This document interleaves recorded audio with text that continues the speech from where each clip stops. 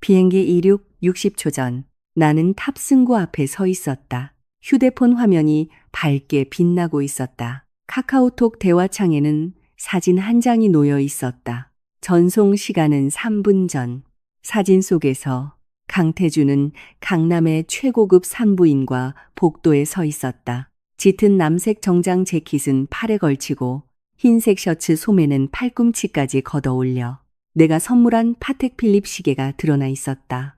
그는 허리를 살짝 숙인 채 두 손으로 분만실 문틀을 짚고 있었다. 옆얼굴의 선이 잔뜩 긴장되어 있었고 미간은 천자로 찌푸려져 있었다. 그것은 그가 긴장할 때만 짓는 표정이었다. 결혼 3년. 나는 그가 미간을 찌푸리는 것을 보았고 냉소 짓는 것을 보았고 짜증스럽게 고개를 돌리는 것도 보았지만 한 여자를 위해 이렇게까지 긴장하는 모습은 단 한 번도 본 적이 없었다. 분만실 안에는 임유라가 있었다. 그의 소꿉친구, 그의 첫사랑, 그가 10수년간 마음에 품어온 사람, 지금 그에게 아이를 낳아주고 있었다. 김비서에게서 메시지가 한 통 더 왔다. 어조는 조심스러웠다. 사모님, 임유라 씨 방금 분만실로 들어갔습니다. 자연분만 예상됩니다. 부사장님은 계속 밖에서 기다리고 계십니다. 휴대폰은 무음으로 해두시고 누구의 방해도 받지 않으려 하십니다. 나는 이 메시지를 보고 가볍게 웃었다. 방해하지 말라고. 오늘은 3월 15일. 나와 강태준의 결혼 3주년 기념일이다. 아침에 그가 집을 나설 때 나를 쳐다보지도 않고 오늘 저녁 약속 있으니 기다리지 마. 라는 말 한마디만 남기고 서류 가방을 들고 나갔다. 현관불도 끄지 않은 채 문은 요란하게 닫혔다. 그때 나는 주방에 서서 그가 가장 좋아하는 송이버섯을 직접 굽고 있었다. 기름 온도는 딱 맞았고 송이버섯 조각은 팬 위에서 자글자글 소리를 냈다. 향긋한 냄새가 식당 전체에 퍼져나갔다. 식탁에는 새로 산 리넨 식탁보가 깔려 있었고 가운데에는 내가 사흘 전 네덜란드에서 항공으로 공수해온 흰 장미가 놓여 있었다. 나는 송이버섯을 다 굽고 본차이나 접시에 담아 소스를 뿌려 식탁으로 가져갔다. 그리고 혼자 앉아 3시간을 기다렸다. 음식은 식었고 장미는 조용히 피어 있었다. 창밖 도시의 불빛이 하나둘 켜지기 시작했다. 나는 휴대폰을 들어 김비서와의 채팅창을 열었다. 그 사람 어디 있어요? 라고 메시지를 보냈다. 3분 후 사진이 도착했다. 분만실, 임유라, 출산, 세 단어가 한데 엮여 마치 녹슨 칼처럼 날카롭진 않지만 둔탁하게 심장을 찔러왔다. 나는 젓가락을 내려놓고 식탁 위에 음식을 하나하나 쓰레기통에 쏟아부었다. 송이버섯, 레드와인 비프 스튜, 은대구 스테이크, 블랙 트러플 파스타, 모두 그가 좋아하는 음식들이었고 모두 내가 직접 만든 것들이었다. 마지막 접시를 비웠을 때 쓰레기통이 가득 찼다. 주방의 불이 환하게 비추고 있었다. 나는 불빛 아래 서서 눈물 한 방울 흘리지 않았다. 그리고 나는 위층으로 올라가 드레스룸으로 들어갔다. 가장 안쪽 옷장에서 누런 서류 봉투 하나를 꺼냈다. 봉투는 6개월 전 박 변호사가 내게 건네준 것이었다. 안에는 7건의 공증서, 3건의 은행 거래 내역, 2개의 블랙박스 영상 캡처, 그리고 서명된 이혼 합의서가 들어있었다. 합의서 마지막 장, 강태준의 이름은 아직 서명되지 않았다. 하지만 상관없었다. 이 6개월 동안 나는 마치 외부인처럼 냉정하고 침착하게 내가 직접 쌓아 올린 성벽을 조금씩 허물어뜨렸다. 파리로 가시는 승객 여러분께 안내 말씀드립니다. 고객님께서 탑승하실 KE901편 비행기의 탑승을 시작합니다. B23번 탑승구로 이동하여 주시기 바랍니다. 안내 방송이 나를 현실로 끌어당겼다. 공항의 조명은 매우 밝았다. 차가운 백색광이 머리 위로 쏟아져 내렸다. 오가는 여행객들이 캐리어를 끌고 내 곁을 지나갔다. 어떤 이는 바쁜 걸음으로 어떤 이는 배웅 나온 사람과 아쉬운 포옹을 나누고 있었다. 나는 자리에서 일어나 캐리어 손잡이를 끌고 탑승구로 향했다. 탑승구의 줄은 점점 짧아졌고 앞 사람들은 하나둘 탑승권을 찍고 탑승교 저편으로 사라졌다. 내 차례가 되었다. 나는 탑승권을 직원에게 건넸다. 스캐너에서 삑 하는 맑은 소리가 났다. 그와 동시에 내 엄지손가락이 인스타그램의 공유 버튼을 눌렀다. 전송 성공.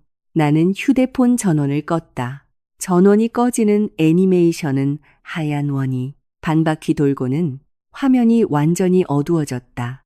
이 3년도 완전히 어두워져야 했다. 나는 탑승교로 들어섰다. 뒤돌아보지 않았다. 등 뒤에서 방송원의 또렷한 목소리가 들려왔다. K901편 파리행 비행기에 탑승하시는 하윤서 승객님, 신속히 탑승해 주시기 바랍니다. 목소리는 탑승교 안에서 울리며 점점 멀어졌다. 그리고 이 순간 나는 한 사람의 세계가 무너지고 있다는 것을 알았다. 강남 최고급 산부인과 VIP 병동. 강태준은 분만실 밖 복도를 초조하게 서성였다. 구두가 바닥을 두드리는 소리가 빠르고 불안한 리듬으로 울렸다. 10수 초마다 그는 고개를 들어 분만실 문을 쳐다보고는 다시 고개를 숙여 걷기를 계속했다. 김 비서는 세 걸음 떨어진 곳에 서서 두 손으로 휴대폰을 들고 있었다. 얼굴은 종이처럼 하얗게 질려 있었다. 그는 실시간 검색어를 3번이나 확인했다. 또 3번을 더 확인했다. 1위 JN그룹 강태준 회장 혼외자 출산 논란. 2위 강태준 내연녀 출산 현장 포착. 3위 하윤서 이혼 발표. 3개의 검색어 뒤에는 모두 짙은 붉은색의 폭발 아이콘이 붙어 있었다. 김비서의 손이 떨렸다. 그는 고개를 들어 강태준을 보았다. 입술이 달싹였지만 소리가 나오지 않았다. 바로 그때 분만실 문이 열렸다. 간호사가 노란색 강보에 쌓인 아기를 안고 나왔다. 얼굴에는 직업적인 미소가 걸려 있었다. 강태준 씨, 축하드립니다. 산모와 아기 모두 건강합니다. 아들이에요. 3.2kg입니다. 강태준은 잠시 멍하니 있다가 이내 얼굴에 환한 미소를 지었다. 그는 빠른 걸음으로 다가가 조심스럽게 아기를 받아들었다. 쭈글쭈글한 작은 얼굴을 내려다보며 눈이 초승달처럼 휘어졌. 아들. 그의 목소리에는 억누를 수 없는 기쁨이 묻어 있었다. 나 아들 생겼다. 그는 아기를 품에 안고 동작은 서툴렀지만 유난히 조심스러웠다. 한 손으로는 아기의 머리를 받치고 다른 한 손으로는 강보 밑을 감쌌다. 아기가 그의 품에서 꼼지락거리며 가느다란 칭얼거림을 냈다. 강태준은 더욱 환하게 웃으며 김비서를 향해 돌아섰다. 김비서, 내 아들 좀 봐. 그의 목소리가 갑자기 멈췄다. 김비서의 얼굴을 보았기 때문이다. 그 얼굴에는 기쁨이라고는 한 조각도 없었다. 마치 영안실에서 막 나온 사람처럼 창백했고 입술은 떨리고 눈가는 심지어 붉어져 있었다. 김비서? 강태준이 미간을 찌푸렸다. 왜 그래? 김비서는 입을 열었지만 목소리는 마치 목구멍에서 쥐어짜는 듯 했다. 부사장님, 휴대폰 좀 보십시오. 무슨 휴대폰? 내가 애 안고 있는 거 안 보여? 강태준은 짜증스럽게 고개를 돌렸다. 시선은 다시 아기에게로 돌아갔다. 손가락으로 아기의 작은 주먹을 살짝 건드렸다. 착하다. 아빠 해봐. 부사장님. 김비서가 갑자기 목소리를 높였다. 목소리가 갈라졌다. 사모님께서 인스타그램에 글을 올리셨습니다. 모든 걸 다 공개하셨어요.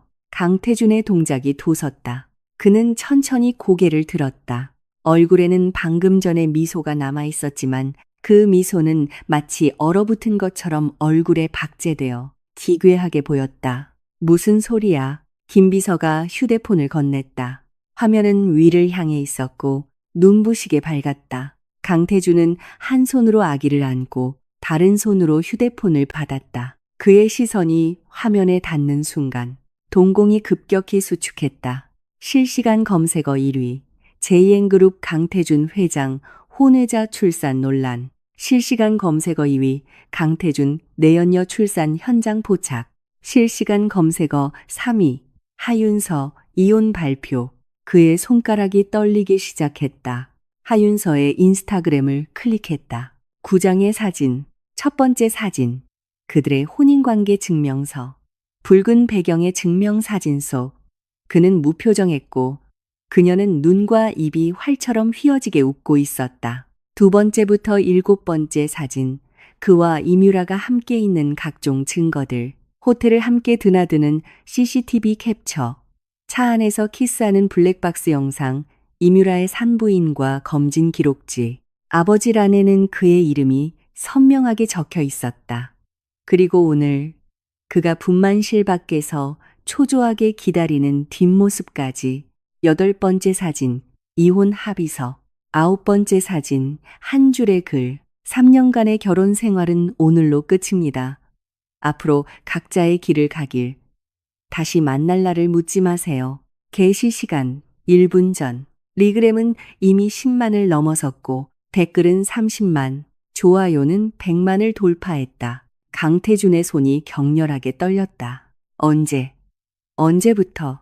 말이 채 끝나기도 전에 휴대폰 화면이 갑자기 걸려온 전화로 가득 찼다. 아버지 강대철 회장의 전화였다. 그가 받기도 전에 또 다른 전화가 걸려왔다. 어머니 최명이었다.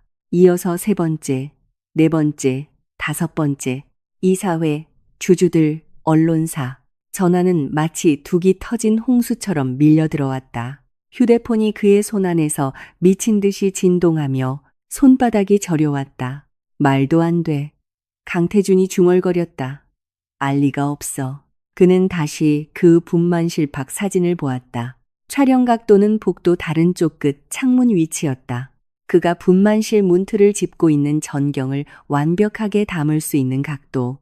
이 각도. 그는 갠 고개를 돌려 김비서를 보았다. 눈빛은 마치 독을 품은 듯했다. 김비서는 한 걸음 물러섰다. 이마에는 식은땀이 송골송골 맺혔고 입술이 떨려 온전한 문장을 만들지 못했다. 부사장님, 저는 사모님께서 비켜. 강태준은 아기를 간호사 품에 거칠게 떠넘겼다. 간호사는 미처 준비하지 못해 하마터면 놓칠 뻔했다. 황급히 아기를 고쳐 안으며 강태준 씨 하고 소리쳤다. 강태준은 이미 돌아서서 뛰쳐나가고 있었다. 구두가 병원 복도에 부딪히며 날카로운 소음을 냈다. 그는 비상구 문을 밀치고 소방 계단을 따라 미친 듯이 뛰어내려갔다. 3계단을 한 번에 무릎이 난간에 부딪혔지만 아픔을 느낄 겨를도 없었다. 그의 머릿속에는 단 하나의 생각뿐이었다. 하윤서는 떠나면 안 된다. 그가 병원 정문을 뛰쳐나갈 때 휴대폰이 손에서 미끄러져 대리석 바닥에 떨어졌다. 화면은 거미줄처럼 산산조각 났다. 하지만 화면은 여전히 켜져 있었고 실시간 검색어 페이지에서 하윤서의 그 게시물 리그램 수는 초당 수천 건의 속도로 미친 듯이 늘어나고 있었다. 그는 휴대폰을 줍지 않았다. 그는 주차장으로 달려가 운전석 문을 열고 엔진을 걸었다. 타이어가 바닥에 검은 자국을 남기며 차는 시위를 떠난 화살처럼 튀어나갔다. 방향은 공항이었다. 속도계 바늘이 0에서 80으로 튀어오르는데 단 3초가 걸렸다. 그리고 그 순간 KE901편 비행기 창밖으로 도시의 불빛이 점차 작아지고 있었다. 하윤서는 퍼스트 클래스 좌석에 기대어 눈을 감았다. 강남 최고급 산부인과 VIP 병동. 강태준이 병원 정문을 뛰쳐나갈 때 휴대폰이 손에서 미끄러져 대리석 바닥에 떨어졌다. 화면은 거미줄처럼 산산조각 났다. 그는 뒤돌아보지 않았다. 심지어 1초도 멈추지 않았다. 뒤따라 나온 김비서가 허리를 숙여 액정이 깨진 휴대폰을 주었다.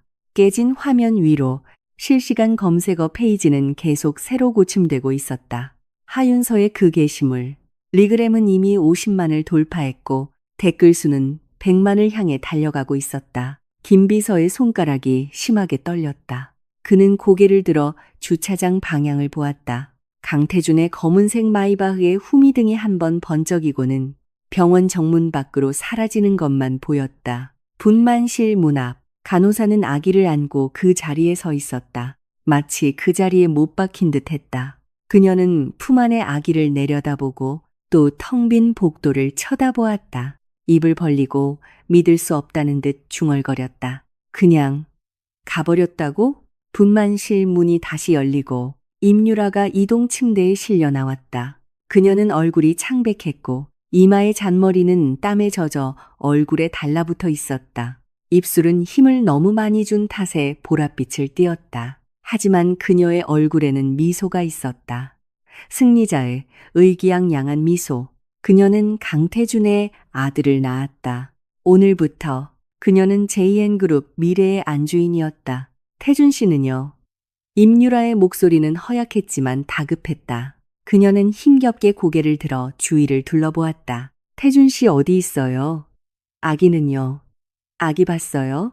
간호사가 아기를 그녀 앞으로 데려갔다. 표정이 복잡했다. 임유라는 손을 뻗어 아기를 받아들었다. 쭈글쭈글한 작은 얼굴을 보며 눈가가 붉어졌다. 입가의 미소는 감출 수가 없었다. 아가, 엄마 여기 있어. 아빠는? 아빠는 너무 기뻐서 어쩔 줄 몰라 하시지? 아무도 대답하지 않았다. 복도는 무서울 정도로 조용했다. 임유라는 마침내 이상한 낌새를 눈치챘다. 그녀는 고개를 들어 그 자리에 있는 모든 사람을 훑어보았다. 간호사의 회피하는 눈빛, 김비서의 창백한 얼굴, 그리고 액정은 깨졌지만 계속해서 진동하는 그 휴대폰. 왜 그래요? 그녀의 목소리가 변했다. 얼굴에서 미소가 조금씩 사라졌다. 무슨 일 있었어요? 김비서는 심호흡을 하고 그녀 앞으로 다가갔다. 깨진 화면에 휴대폰을 건넸다. 화면은 깨졌지만 내용은 알아볼 수 있었다. 실시간 검색어 1위, JN그룹 강태준 회장 혼외자 출산 논란.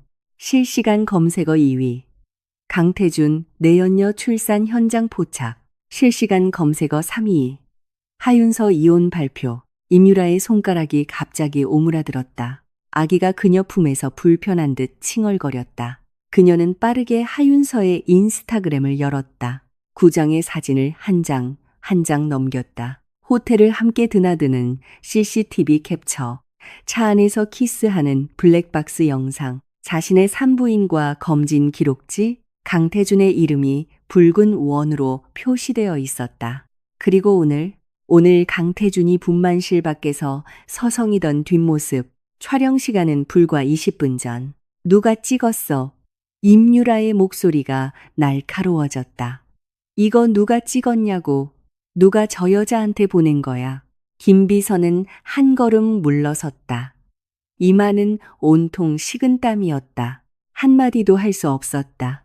임유라가 그를 돌아보았다. 눈에서는 불이 뿜어져 나올 것 같았다. 너야? 너지. 그렇지. 임유라 씨, 저는. 김 비서의 목소리가 떨렸다. 이 배은망덕한 개자식. 임유라가 히스테릭하게 소리 질렀다. 목소리가 복도에 울려 퍼졌다. 아기가 놀라 와앙 울음을 터뜨렸다. 내가 오늘까지 오기 위해 몇 년을 보냈는지 알아. 내가 이 날을 얼마나 기다렸는지 아냐고. 그녀는 침대에서 몸을 일으키려 발버둥 쳤다. 간호사가 황급히 다가와 그녀를 제지했다. 산모님, 방금 출산하셔서 안정을 취하셔야 합니다. 임유라는 간호사의 손을 뿌리쳤다. 하지만 몸이 허약한 탓에 팔은 중간쯤에서 힘없이 떨어졌다. 그녀는 거친 숨을 몰아쉬었다. 눈물이 갑자기 터져 나와 창백한 뺨을 타고 흘러내렸다. 그녀는 고개를 숙여 품 안의 아기를 보았다. 아기는 크게 울고 있었고 작은 얼굴은 새빨갛게 부어올랐다. 작은 손발을 마구 버둥거렸다. 내 아빠는 가버렸어. 임유라의 목소리가 갑자기 가볍고 공허해졌다. 마치 혼잣말 같았다. 그 여자를 찾아갔어.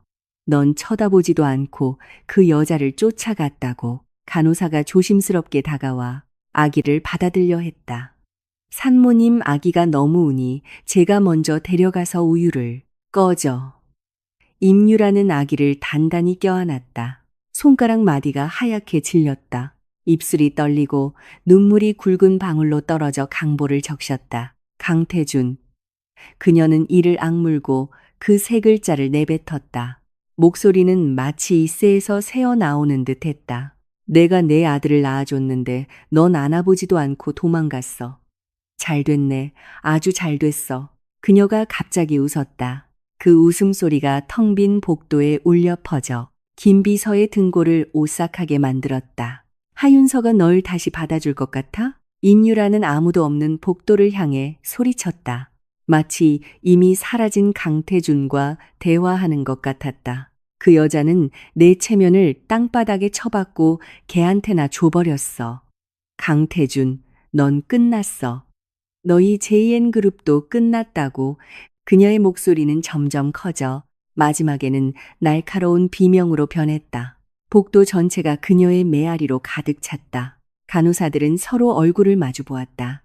누군가 조용히 휴대폰을 들어 당직 의사에게 전화를 걸었다. 아기의 울음소리, 임유라의 비명소리, 휴대폰의 끊임없는 진동소리가 산부인과 복도에서 뒤죽박죽으로 섞였다. 김비서는 구석에 서서 이마에 땀을 닦았다. 그는 자신의 휴대폰 메시지를 슬쩍 확인했다. 박 변호사에게서 온 것이었다. 단 4글자였다. 일이 성사되었습니다. 잔금은 입금되었습니다. 그는 조용히 그 메시지를 삭제하고 휴대폰을 주머니에 넣었다. 그리고 그 순간 병원에서 23km 떨어진 공항고속도로 위에서 강태준의 검은색 마이바흐가 차들 사이를 미친 듯이 질주하고 있었다. 속도계는 140을 가리키고 있었다. 그의 두 손은 핸들을 단단히 쥐고 있었고 손마디는 튀어나왔으며 손등의 푸른 힘줄이 꿈틀거렸다. 앞차들은 하나둘 그의 뒤로 밀려났다. 경적 소리가 사방에서 울렸다. 누군가 창문을 내리고 그에게 욕을 퍼부었다. 그는 들리지 않는 듯 엑셀을 끝까지 밟았다. 하윤서. 그는 이를 악물고 이 이름을 되뇌었다. 3년. 그녀는 그의 곁에서 3년을 말없는 식물처럼 조용히 있었다. 그와 다툰 적도 없고 그 앞에서 운 적도 없었다. 심지어 그에게 냉대받을 때조차 그저 조용히 옆으로 비켜설 뿐이었다. 그는 그녀가 신경 쓰지 않는다고 생각했다. 이 결혼이 그녀에게도 그저 필요에 의한 것일 뿐이라고 생각했다. 그런데 그녀가 그의 체면을, JN그룹의 체면을 전 국민 수천만 명 앞에 갈갈이 찢어 던져놓고 불을 질러버렸다. 휴대폰은 깨졌지만 차량의 대시보드 화면은 살아있었다. 계속해서 알림이 떴다. JN그룹 주가 12% 폭락. 이사회 긴급회의 소집. 아버지 강대철 회장님 부재중 전화 37. 어머니 최명희 여사님 부재중 전화 21통. 그는 대시보드 화면을 꺼버렸다. 보고 싶지 않았다.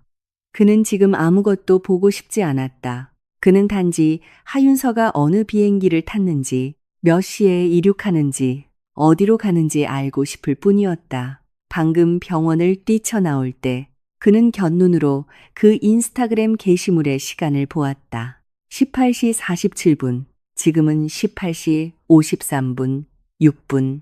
그는 이미 6분을 쫓아 강태준은 핸들을 급격히 꺾었다. 마이바흐가 2대의 대형 트럭 사이를 비집고 들어갔다. 차체와 오른쪽 트럭 사이의 거리는 10cm도 채 되지 않았다. 트럭 운전사가 미친 듯이 경적을 울렸다. 소리가 그의 고막을 찢을 듯했다. 그는 상관하지 않았다. 그의 머릿속에는 단 하나의 장면만이 맴돌았다. 오늘 아침 집을 나설 때 하윤서가 주방에 서서 그를 등지고 송이버섯을 굽던 모습. 그녀는 아이보리색 홈웨어를 입고 머리는 비녀 하나로 느슨하게 틀어올리고 하얀 목덜미를 드러내고 있었다. 팬에서 기름이 자글거렸고 송이버섯 향기가 1층 전체에 퍼졌다. 그가 주방 문 앞을 지날 때 걸음을 잠시 멈췄다. 그녀가 고개를 돌려 그를 보고 웃으며 말했다. 오늘 저녁에 들어와요? 그는 약속 있어 라고 말했다. 그녀의 얼굴에서 미소가 순간 옅어졌다가 다시 억지로 지어졌다. 고개를 끄덕이며 말했다. 알았어요. 조심히 다녀와요. 그리고 그는 나갔다. 문이 등 뒤에서 닫히는 순간 그는 그녀가 작게 무언가 말하는 것을 들은 것 같았다. 무슨 말이었는지 그는 듣지 못했다. 지금 갑자기 생각났다. 그녀는 3주년이야, 태준아 라고 말했다. 그녀는 말했다. 3주년이라고. 오늘은 3월 15일. 그들의 결혼 기념일. 강태준의 손이 격하게 떨렸다. 차가 고속도로에서 휘청이며 하마터면 가드레일을 들이박을 뻔했다. 그는 기억하고 있었다. 그녀는 항상 기억하고 있었다. 그는 오늘이 몇 월 며칠인지도 기억하지 못했다. 그는 단지 임유라의 출산 예정일이 다가왔다는 것만 알았고, 오늘 병원에 함께 가야 한다는 것만 알았고, 그의 첫사랑이 그에게 아이를 낳아준다는 것만 알았다. 그는 심지어 분만실 밖에서 생각하고 있었다. 아이가 태어나면 집에 가서 하윤서에게 제대로 이야기해야겠다고. 돈 한 뭉치, 집 한 채, 품위 있게 끝내주자고. 그런데 결과는 그녀가 먼저 그를 품위 있게 끝내버렸다. 강태준이 갑자기 핸들을 세게 내리쳤다. 경적이 길게 울리며 고속도로에 날카롭게 메아리쳤다. 하윤서, 그는 거의 소리치듯 외쳤다. 거기서 차는 미친 듯이 앞으로 돌진했다. 마침내 길가에 공항 표지판이 나타났다. 인천국제공항까지 15km. 그는 다시 엑셀을 끝까지 밟았다. 제3장. 공항으로의 추격. 공항고속도로 위. 검은색 마이바흐의 속도는 이미 160km/h에 달했다. 강태준의 시선은 앞을 단단히 고정하고 있었고 두 손은 핸들을 꽉 쥐고 있었다. 손가락 사이는 땀으로 흥건했다. 차 안의 에어컨은 분명 켜져 있었지만 그의 등은 흠뻑 젖어 있었다. 흰색 셔츠가 피부에 달라붙어 끈적거리고 불쾌했다. 그는 신경 쓰지 않았다. 그의 머릿속에는 반복적으로 단 하나의 장면만이 맴돌았다. 하윤서가 주방에서 송이버섯을 굽던 뒷모습, 아이보리색 홈웨어, 느슨하게 틀어 올린 머리, 하얀 목덜미, 그리고 그 말 3주년이야. 강태준은 이를 악물었다. 턱선이 활시위처럼 팽팽하게 당겨졌다. 차량 대시보드 화면에 메시지 알림이 계속해서 떴다. 그는 아까 화면을 껐지만 알림음은 끌 수 없었다. 몇 초마다 띵 하는 소리가 마치 바늘처럼 그의 신경을 찔렀다. 띵. JN그룹 주가 15% 폭락. 띵. 이사회 박 이사님 부재 중 전화. 띵. 아버지 강대철 회장님 부재 중 전화 42통. 띵. 어머니 최명희 여사님 음성 메시지 도착. 그의 손이 떨리며 실수로 음성 메시지를 열었다. 최명희의 목소리가 차량 스피커를 통해 터져나왔다. 손톱으로 칠판을 긁는 듯 날카로웠다. 강태준, 너 미쳤니? 온 세상이 우리 JN그룹 비웃는 거 안 보여? 내 아버지 혈압 200까지 올라서 지금 구급차 불렀어. 너 지금 어디야? 당장. 즉시. 돌아와. 음성이 끝났다. 차 안은 다시 조용해졌다. 3초도 안 되어 또 띵 소리가 났다. 또 다른 음성 메시지. 역시 최명이었다. 이번에 그녀의 목소리는 날카롭지 않았다. 오히려 낮게 깔려 있었다. 이를 악문 듯한 분노가 서려 있었다. 아들아, 엄마가 딱 한 가지만 묻자. 임유라, 그 애가 내 애 맞니? 강태준은 답하지 않았다. 그의 시선은 앞을 향했다. 공항 터미널의 윤곽이 시야에 들어오기 시작했다. 은회색 건물이 밤의 어둠 속에서 빛나고 있었고 빽빽한 불빛들이 마치 도시 가장자리에 웅크린 거대한 짐승 같았다. 내비게이션이 알렸다. 인천국제공항 제2여객 터미널까지 3km매. 우츠그마. 그는 다시 엑셀을 밟았다. 차가 공항 고가도로로 진입할 때도 속도는 줄어들지 않았다. 커브길에서 타이어가 날카로운 마찰음을 냈고 차체가 살짝 기울었다. 원심력이 그의 몸을 차문 쪽으로 밀어붙였다. 그는 속도를 줄이지 않았다. 공항의 불빛이 점점 가까워졌다. 제2여객 터미널이라는 큰 글자가 눈부시게 빛났다. 18시 59분. 하윤서가 인스타그램에 글을 올린 지 12분이 지났다. 강태주는 터미널 출발층 입구에 차를 그대로 세웠다. 타이어가 시멘트 바닥에 마지막으로 날카로운 비명을 질렀다. 차가 완전히 멈추기도 전에 그는 차문을 밀치고 뛰쳐나갔다. 선생님, 입구의 보안 요원이 놀라 급히 뒤쫓아왔다. 선생님, 여기는 주차하시면 안 됩니다. 강태주는 보안 요원의 손을 뿌리치고 뒤도 돌아보지 않고 터미널 안으로 뛰어들어갔다. 제2여객 터미널 출발 로비는 환하게 불이 켜져 있었다. 거대한 항공편 정보 전광판이 머리 위에서 움직이고 있었고 빽빽한 숫자와 알파벳이 계속해서 바뀌었다. 여행객들은 캐리어를 끌고 오갔고 누군가는 의자에 앉아 졸고 있었고 누군가는 체크인 카운터에 줄을 서 있었다. 안내 방송원의 목소리가 넓은 로비에 울려 퍼졌다. 로스앤젤레스로 가시는 K-17편 비행기. 지금 탑승을 시작합니다. 싱가포르로 가시는 SQ-607편 비행기는 기상 악화로 인해 지연되었습니다. 강태주는 로비 중앙에 서서 거친 숨을 몰아쉬었다. 정장 재킷은 차에 두고 왔고 흰색 셔츠 소매는 여전히 팔꿈치까지 거쳐 있었다. 넥타이는 한쪽으로 비뚤어져 있었고 머리는 뛰느라 헝클어져 이마에 달라붙어 있었다. 그는 마치 사냥당한 맹수처럼 보였다. 눈은 충혈되었고 가슴은 격렬하게 오르내렸다. 주변 사람들이 힐끔거렸다. 누군가 그를 알아봤다. 저 사람 JN그룹 맞아. 실검에 뜬 그 불륜남. 세상에, 저 사람이 왜 여기 있어? 내 연녀 애 낳는 거 옆에 있는 거 아니었어? 어디 봐봐. 휴대폰이 들어 올려졌다. 카메라가 그를 향했다. 강태주는 전혀 알아채지 못했다. 그의 시선은 미친 듯이 항공편 정보 전광판을 훑고 있었다. 18시, 19시, 파리행 비행기. 그는 찾았다. K901, 목적지. 파리샤를 드골. 예정 출발 시간. 19, 5. 탑승구. B23. 상태. 탑승 중. 네 글자가 그의 눈에 들어오는 순간 강태준의 심장은 마치 누군가에게 세게 쥐어짜인 것 같았다. 아직 기회가 있다. 아직 떠나지 않았어. 그는 다리를 들어 뛰었다. 출발 로비에서 B23 탑승구까지는 보안 검색대, 면세구역, 긴 복도를 지나야 했다. 보통 걸음으로 15분은 걸리는 거리였다. 강태준은 뛰었다. 구두가 대리석 바닥을 밟으며 매 걸음마다 무겁게 울렸다. 소리가 복도에 메아리쳤다. 그는 앞을 가로막는 사람을 밀치고 세워져 있던 광고판을 쓰러뜨렸다. 광고판이 넘어지며 큰 소리를 냈고 한 청소 아주머니가 비명을 질렀다. 죄송합니다.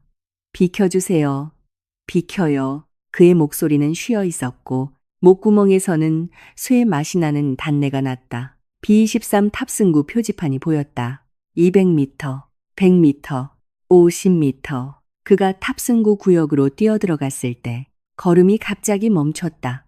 B23 탑승구는 텅 비어 있었다. 탑승구 직원이 카운터 위에 서류를 정리하고 있었다. 발소리를 듣고 고개를 들었다가 땀으로 범벅이 되고 옷이 헝클어진 남자가 뛰어들어오는 것을 보고 깜짝 놀랐다. 선생님, 무슨, Can you handle it? 강태주는 거의 소리치듯 외쳤다. 파리행 비행기여, 탑승해야 합니다. 직원은 잠시 멍하니 있다가 컴퓨터 화면을 한번 보고 다시 고개를 들어 그를 보았다. 눈빛에는 당혹감과 미안함이 서려 있었다. 죄송합니다, 손님. K901편 탑승구는 이미 마감되었습니다. 강태주는 마치 무언가에 얻어맞은 것처럼 몸이 휘청했다. 말도 안 돼. 그의 목소리는 쉬어서 원래의 목소리를 거의 알아들을 수 없었다. 전광판에는 탑승 중이라고 직원이 머리 위에 정보 전광판을 가리켰다. 그가 고개를 들어보니 K901편의 상태가 방금 탑승 중에서 마감으로 바뀌어 있었다. 시간은 19시 정각을 가리키고 있었다. 항공기 문이 방금 닫혔습니다. 직원의 목소리는 정중했지만 거리가 느껴졌다. 비행기는 곧 푸시백을 시작할 겁니다. 죄송하지만 탑승하실 수 없습니다. 강태준은 그 자리에 꼼짝 않고 서 있었다. 그의 뒤로 그를 찍으며 따라오던 사람들이 도착했다. 휴대폰을 높이 들고 카메라를 그의 뒷모습에 고정했다.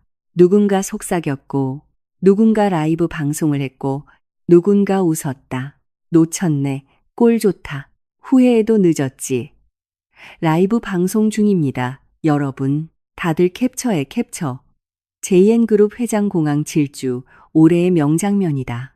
강태준이 갑자기 돌아섰다. 앞을 가로막는 사람을 밀치고 대합실의 유리벽으로 달려갔다. 거대한 통유리창 밖으로 활주로는 조명에 비쳐 대나처럼 밝았다.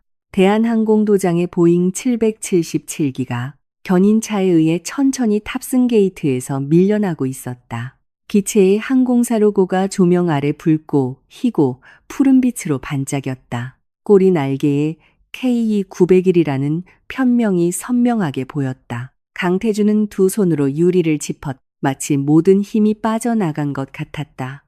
그는 그 비행기가 점점 탑승 게이트를 떠나 유도로로 향하는 것을, 점점 멀어지는 것을 눈뜨고 지켜볼 수밖에 없었다. 날개 끝에 항행등이 깜빡이며 마치 차가운 눈동자가 밤의 어둠 속에서 그를 향해 윙크하는 것 같았다. 윤서야. 그의 입술이 유리에 닿았다. 내뱉은 뜨거운 숨이 차가운 유리 표면에 하얀 김으로 서렸다. 휴대폰은 병원에 떨어뜨렸고 차는 출발층 입구에 버려져 있고 온 세상이 그의 웃음거리를 보고 있고 아버지는 분노로 구급차에 실려갔고 회사 주가는 15%나 폭락했다. 그리고 그는 여기에 서서 하윤서의 비행기가 활주로로 향하는 것을 보며 아무것도 할 수 없었다. 등 뒤에서 누군가 다가왔다. 발소리는 매우 가벼웠다. 그의 등 뒤 세 걸음 떨어진 곳에서 멈췄다. 부사장님, 김비서의 목소리였다. 강태준은 돌아보지 않았다. 김비서가 무언가를 건넸다. 새 휴대폰이었다. 화면은 켜져 있었고 통화 중 화면이 떠 있었다. 상대방의 이름은 박 변호사였다. 하윤서 사모님의 위임을 받은 박 변호사입니다. 김 비서의 목소리는 조심스러웠다. 드릴 말씀이 있다고 합니다. 강태준은 천천히 돌아섰다. 시선이 그 휴대폰 화면에 돋았다. 그는 휴대폰을 받아 귀에 댔. 전화기 저편에서 낯선 남자의 목소리가 들려왔다. 어조는 냉담할 정도로 평탄했다. 강태준 씨, 안녕하십니까? 저는 하윤서 씨의 위임 변호사 박진우입니다. 제 의뢰인께서는 귀하와의 이혼 관련 모든 사안을 저에게 전권 위임하셨습니다. 관련 서류는 내일 오전 9시 정각 JN그룹 본사로 송달될 예정입니다. 그리고 박 변호사는 잠시 말을 멈췄다. 제 의뢰인께서 전해달라는 말씀이 있습니다. 강태준은 휴대폰을 쥔 손이 떨렸다. 무슨 말입니까? 박 변호사의 목소리에는 조금의 흔들림도 없었다. 그녀는 3년 동안 당신을 위해 밥을 지었지만 당신은 단 한 번도 제대로 먹어준 적이 없다고 했습니다. 오늘 차린 음식은 전부 버렸으니 이제부터는 먹고 싶어도 먹을 수 없을 거라고 전해달라고 하셨습니다. 전화가 끊겼다. 뚜뚜 하는 소리가 귓가에서 윙윙거렸다. 강태준의 손이 천천히 아래로 떨어졌다.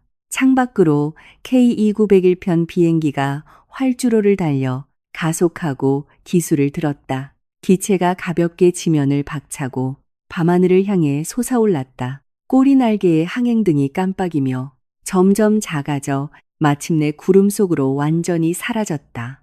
그는 유리창 앞에 서 있었다. 마치 속이 텅 빈 조각상처럼. 등 뒤의 사람들은 여전히 촬영하고 있었고 라이브 방송의 채팅창은 미친 듯이 올라갔다. 잡았냐? 잡았냐? 못 잡음, 뱅기 떴음. 웃겨 죽겠네. 재산도 잃고 사랑도 잃고. 언니들 쌤통이다를 화면에 도배하자 강태준은 이 소리들을 듣지 못했다. 그의 머릿속에는 반복적으로 박 변호사의 마지막 말이 맴돌았다. 이제부터는 먹고 싶어도 먹을 수 없을 거라고. 그는 눈을 감았다. 이 말을 차가운 유리에 기댔다. 3주년이야, 태준아. 그녀가 말했다. 그녀가 말했을 때 그는 떠났다. 대합실에 사람들이 점점 더 많이 모여들었다. 휴대폰이 작은 숲처럼 빽빽하게 들어찼고 카메라는 모두 유리창 앞에 그 남자를 향해 있었다. 누군가는 심지어 라이브 방송의 후원 기능을 켰다. 화면에는 선물 이펙트가 현란하게 터졌다. 로켓, 카니발, 스포츠카가 연이어 나타났다. 채팅창은 빽빽하게 화면을 거의 가렸다. 여러분 잘 보세요. 이분이 바로 JN그룹 회장님이십니다. 방금 공항에서 3K물을 질주했지만 결국 아내의 비행기를 놓쳤습니다. 웃겨 죽겠네. 내연녀에 나을 땐 그렇게 당당하더니 이제 와서 뭘 쫓아간다고. 언니 진짜 잘했어요. 이혼하고 재산 분할해서 알거지로 만드세요. 근데 저 남자 진짜 잘생기긴 했다. 그러니까 바람필 자본이 있지.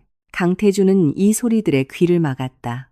그는 유리창 앞에 서서 이 말을 차가운 유리에 기댄 채 두 눈으로 그 활주로를 뚫어져라 쳐다보고 있었다. KE-901편 비행기는 이미 하늘 저편으로 사라졌고 밤하늘에는 몇 개의 희미한 별과 활주로 위에서 차례로 꺼져가는 유도등만 남아 있었다. 김비서는 그의 등 뒤 세 걸음 떨어진 곳에서 어쩔 줄 몰라 했다. 그는 강태준의 뒷모습을 한 번 보고 또 점점 늘어나는 인파를 한 번 보았다. 이마의 땀은 닦아도 계속 솟아났다. 그는 단걸음 다가가 목소리를 낮추어 말했다. 부사장님, 밖에 사람이 너무 많습니다. 일단 가시죠. 차가 아직 출발층에 있는데 보안팀에서 지금 안 빼면 견인하겠다고 합니다. 강태준은 움직이지 않았다. 김비서는 이를 악물고 조금 더 다가갔다. 부사장님, 회장님, 병원에서 방금 연락 왔는데 혈압이 230까지 올라서 지금 응급 처치 중이라고 합니다. 사모님께서 당장 돌아오시라고. 이 말이 바늘처럼 강태준의 고막을 찔렀다. 그의 몸이 살짝 떨렸다. 마침내 반응이 있었다. 그는 천천히 돌아섰다. 인파가 순간 술렁였다. 돌아섰다. 돌아섰어. 세상에 눈이 왜 저렇게 빨개. 울었나 봐. 진짜 울었네. 강태준의 눈은 정말로 붉었다. 운 것이 아니라 핏줄이 안구 전체에 퍼져 마치 불에 탄 황무지처럼 보였다. 메마르고 타들어가고 생기라고는 없었다. 그의 이마의 머리카락은 땀에 젖어 피부에 달라붙었고 셔츠는 구겨져 있었으며 넥타이는 어깨 뒤로 넘어가 있었다. JN그룹의 회장, 이 도시에서 가장 젊고 가장 귀한 비즈니스계의 신성, 지금 이 순간 물에서 건져 올린 떠돌이 개처럼 처량했다. 그는 손을 들어 천천히 이마의 머리카락을 뒤로 넘겼다. 그리고 그는 모든 사람을 조용하게 만드는 행동을 했다. 그는 무릎을 꿇었다. 두 무릎이 대합실의 차가운 대리석 바닥에 둔탁한 소리를 내며 닿았다. 인파의 소음이 갑자기 멈췄다. 라이브 방송의 채팅창조차 순간 멈칫했다. 김비서는 온몸이 굳었다. 입을 벌리고 한마디도 하지 못했다. 강태준은 유리창 앞에 무릎을 꿇었다. 그 거대한 통유리 창을 마주하고 창밖에 텅 빈 활주로와 칠흑 같은 밤하늘을 마주하고 그의 등은 꼿꼿하게 펴져 있었고 두 손은 몸 옆에 늘어뜨린 채 주먹을 꽉 쥐어 마디가 하얗게 질렸다. 그는 말하지 않았다. 한마디도 하지 않았다. 하지만 모든 사람이 알아들었다. 그가 무릎 꿇은 대상은 이 사람들이 아니었고 이 카메라들이 아니었고 이 구경꾼들의 눈이 아니었다. 그는 이미 떠나버린 그 비행기에게, 비행기 안에 그가 3년 동안 저버린 그 여자에게, 주방에서 버려진 그 음식들에게, 오늘 아침 그가 듣지 못한 그 말, 3주년 이하에게 무릎 꿇은 것이었다. 찍었어? 찍었냐고 누군가 낮은 목소리로 말했다. 찍고 있어, 찍고 있어. 와, 이 스토리 드라마보다 더하네. 라이브 방송의 채팅창이 다시 폭발했다. 무릎 꿇었네. 꿇으면 뭐해? 3년 동안의 냉대를 없던 일로 할 수 있나? 언니들 마음 약해지면 안 돼요. 남자들은 무릎 꿇을 때가 제일 연기 잘함. 근데 진짜 힘들어 보이긴 한다. 힘들다고. 내 언녀애 낳을 땐 안 힘들었나 보지? 강태주는 꼬박 3분을 무릎 꿇고 있었다. 3분 후 그는 일어섰다. 일어서는 동작은 매우 느렸고 무릎이 굳은 듯 몸이 한번 휘청이고 나서야 바로 섰다.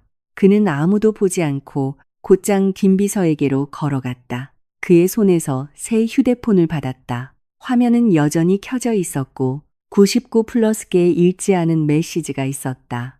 모두 한 사람에게서 온 것이었다. 하윤서. 하지만 그 메시지들은 그에게 보낸 것이 아니었다. 그가 김비서의 휴대폰으로 하윤서의 SNS에서 캡처한 것들이었다. 3년. 꼬박 3년. 모든 게시물이 그와 관련이 있었다. 첫 번째 게시물. 3년 전 3월 15일. 사진은 레드와 인잔을 든 손. 배경은 장미꽃잎으로 가득 찬 식탁. 글은 단 2글자. 신혼. 그때 그녀는 마크에게 시집 왔고 눈빛은 와인잔 속의 레드와인보다 더 빛났다. 두 번째 게시물. 같은 해 6월. 사진 속에는 까맣게 타버린 송이버섯 한 접시. 형편없는 모양새. 글은 그가 좋아하는 음식을 처음 해봤다. 실패. 그는 먹지 않겠다고 그냥 도우미 아주머니께 다시 해달라고 하라고 했다. 하지만 난 분명히 봤다. 그의 눈에 살짝 스친 웃음을. 더 연습해야지. 세 번째 게시물. 같은 해 추석. 한 상 가득 차려진 음식 사진. 송이버섯도 소고기도 생선도 있었다. 플레이팅은 정교했고 보기 좋았다. 글은 오늘 내가 만든 음식. 그가 마침내 한 젓가락 먹었다. 딱 한 젓가락. 하지만 먹었다. 뒤에는 웃는 이모티콘 3개가 붙어 있었다. 네 번째 게시물. 그해 겨울. 사진은 없고 글 한 줄만 있었다. 오늘 그가 속이 안 좋다고 했다. 4시간 동안 죽을 끓였다. 그는 한 숟가락 먹고는 너무 싱겁다고 했다. 도우미 아주머니께 다시 끓이라고 했다. 아주머니가 끓인 것도 그는 먹지 않았다. 내가 끓인 걸 내가 다 마셨다. 사실 싱겁지 않았는데 정말로. 5번째, 6번째, 7번째. 강태주는 하나하나 넘겨보았다. 그의 손이 점점 더 떨렸다. 모든 게시물 아래에는 댓글이 있었다. 공통된 친구들의 농담, 그녀의 절친의 안타까움, 그리고 그가 모르는 사람들의 위로. 하지만 하윤서는 단 한 번도 누구에게도 답글을 달지 않았다. 그녀는 단지 기록하고 있었을 뿐이다. 조용히, 오직 그녀 혼자만 노력하고 있는 이 결혼을 기록하고 있었다. 뒤에서 두 번째 게시물은 3개월 전. 사진은 이혼 합의서 표지. 글은 없었다. 마지막 게시물은 오늘 18시 46분. 사진도 글도 없었다. 단 하나의 위치 태그만 있었다. 인천국제공항 제2여객터미널. 위치 태그 아래에는 시스템이 자동으로 표시한 거리가 있었다. 파리까지 923km. 강태주는 그 숫자를 뚫어져라 쳐다보다가 갑자기 웃었다. 그 웃음소리는 목구멍에서 쥐어짜듯 나왔고 쉬고 건조해서 우는 것보다 더 듣기 괴로웠다. 그는 몇 번 웃다가 눈가가 시큰해졌고 웃다가 휴대폰을 쥔 손이 격렬하게 떨렸고 웃다가 등을 구부렸다. 마치 칼에 찔린 짐승처럼. 도쿠스 유지르미 우츠겜. 그는 이 숫자를 읊조렸다. 목소리는 거의 들리지 않을 정도로 작았다. 나한테서 멀어지려고 9,000km 밖으로 스스로를 유배 보냈구나. 김비서는 옆에 서서 무슨 말을 해야 할지 몰랐다. 그저 고개를 숙이고 바닥을 보는 척할 뿐이었다. 강태주는 휴대폰을 김비서에게 돌려주었다. 그의 눈가는 새빨갰지만 눈물 한 방울 흘리지 않았다. 가자. 그는 단 2마디만 하고 몸을 돌려 터미널 출구로 걸어갔다. 인파가 저절로 길을 비켜주었다. 휴대폰 카메라가 그의 뒷모습을 쫓았다. 출발층 입구까지 계속 쫓아왔다. 강태준의 마이바흐는 아직도 입구에 서 있었다. 차가 비뚤어져 있었고 운전석 문은 활짝 열려 있었다. 열쇠는 시동장치에 꽂힌 채였다. 한 보안 요원이 차 옆에서 전화를 하고 있다가 그가 나오는 것을 보고 황급히 전화를 끊고 다가왔다. 선생님, 이 차. 강태준은 주머니에서 지갑을 꺼내 현금 한 뭉치를 보안 요원 손에 쥐어주었다. 견인해 가세요. 어디든. 말을 마치고 그는 뒷좌석 문을 열고 들어갔다. 뒷좌석에 기대어 눈을 감았다. 김비서가 급히 운전석 문을 열고 엔진을 걸었다. 차가 천천히 제2여객터미널을 떠났다. 뒤에 인파는 여전히 촬영하고 있었고 라이브 방송의 채팅창은 계속 올라갔지만 강태준은 이미 볼 수 없었다. 그는 좌석에 기대어 눈을 감고 있었다. 창밖의 가로등이 하나하나 그의 얼굴을 스쳐 지나갔다. 밝아졌다. 어두워졌다. 그의 입술이 움직였다. 김비서는 백미러로 힐끗 보았지만 그가 무슨 말을 하는지 듣지 못했다. 사실 그는 말했다. 3주년이야, 태준아. 강태준은 마침내 들었다. 하지만 그 말을 한 사람은 이미 9,000km 상공위에서 9,000km밖에 파리를 향해 돌아오지 않을 길을 떠나고 있었다. 강남 최고급 산부인과 VIP 병동. 임유라는 침대에 누워 두 눈으로 천장을 멍하니 쳐다보고 있었다. 아기는 간호사가 데려갔고 병실에는 그녀 혼자만 남아 있었다. 수액병의 액체가 한 방울 한 방울 떨어졌고 침대 머리맡의 모니터는 규칙적인 삐삐 소리를 냈다. 복도에서는 이따금 간호사의 발소리와 카트 바퀴 소리가 들려왔다. 그녀는 이 자세로 거의 20분을 있었다. 강태준이 뛰쳐나간 순간부터 목이 쉬도록 소리 지르고 베개를 던지고 침대 옆 탁자의 물컵을 바닥에 던져 깨뜨린 후부터 그녀는 조용해졌다. 마치 고인물처럼 조용했다. 눈을 크게 뜨고 천장을 쳐다보며 꼼짝도 하지 않았다. 휴대폰은 베개 옆에 던져져 있었다. 화면은 아래를 향해 있었다. 그녀는 볼 용기가 없었다. 그 실시간 검색어들을 볼 용기가 없었고 그 댓글들을 볼 용기가 없었고 온 국민 수천만 명이 자신을 어떻게 욕하는지 볼 용기가 없었다. 내연녀, 첫사랑, 여우 같은 년, 계량녀. 그녀는 보지 않아도 사람들이 어떤 단어를 쓸지 알았다. 그녀, 임유라는 이 도시의 사교계에서 수년간 살아남았다. 여론이라는 것이 어떻게 돌아가는지 너무나 잘 알았다. 하지만 그녀는 생각지 못했다.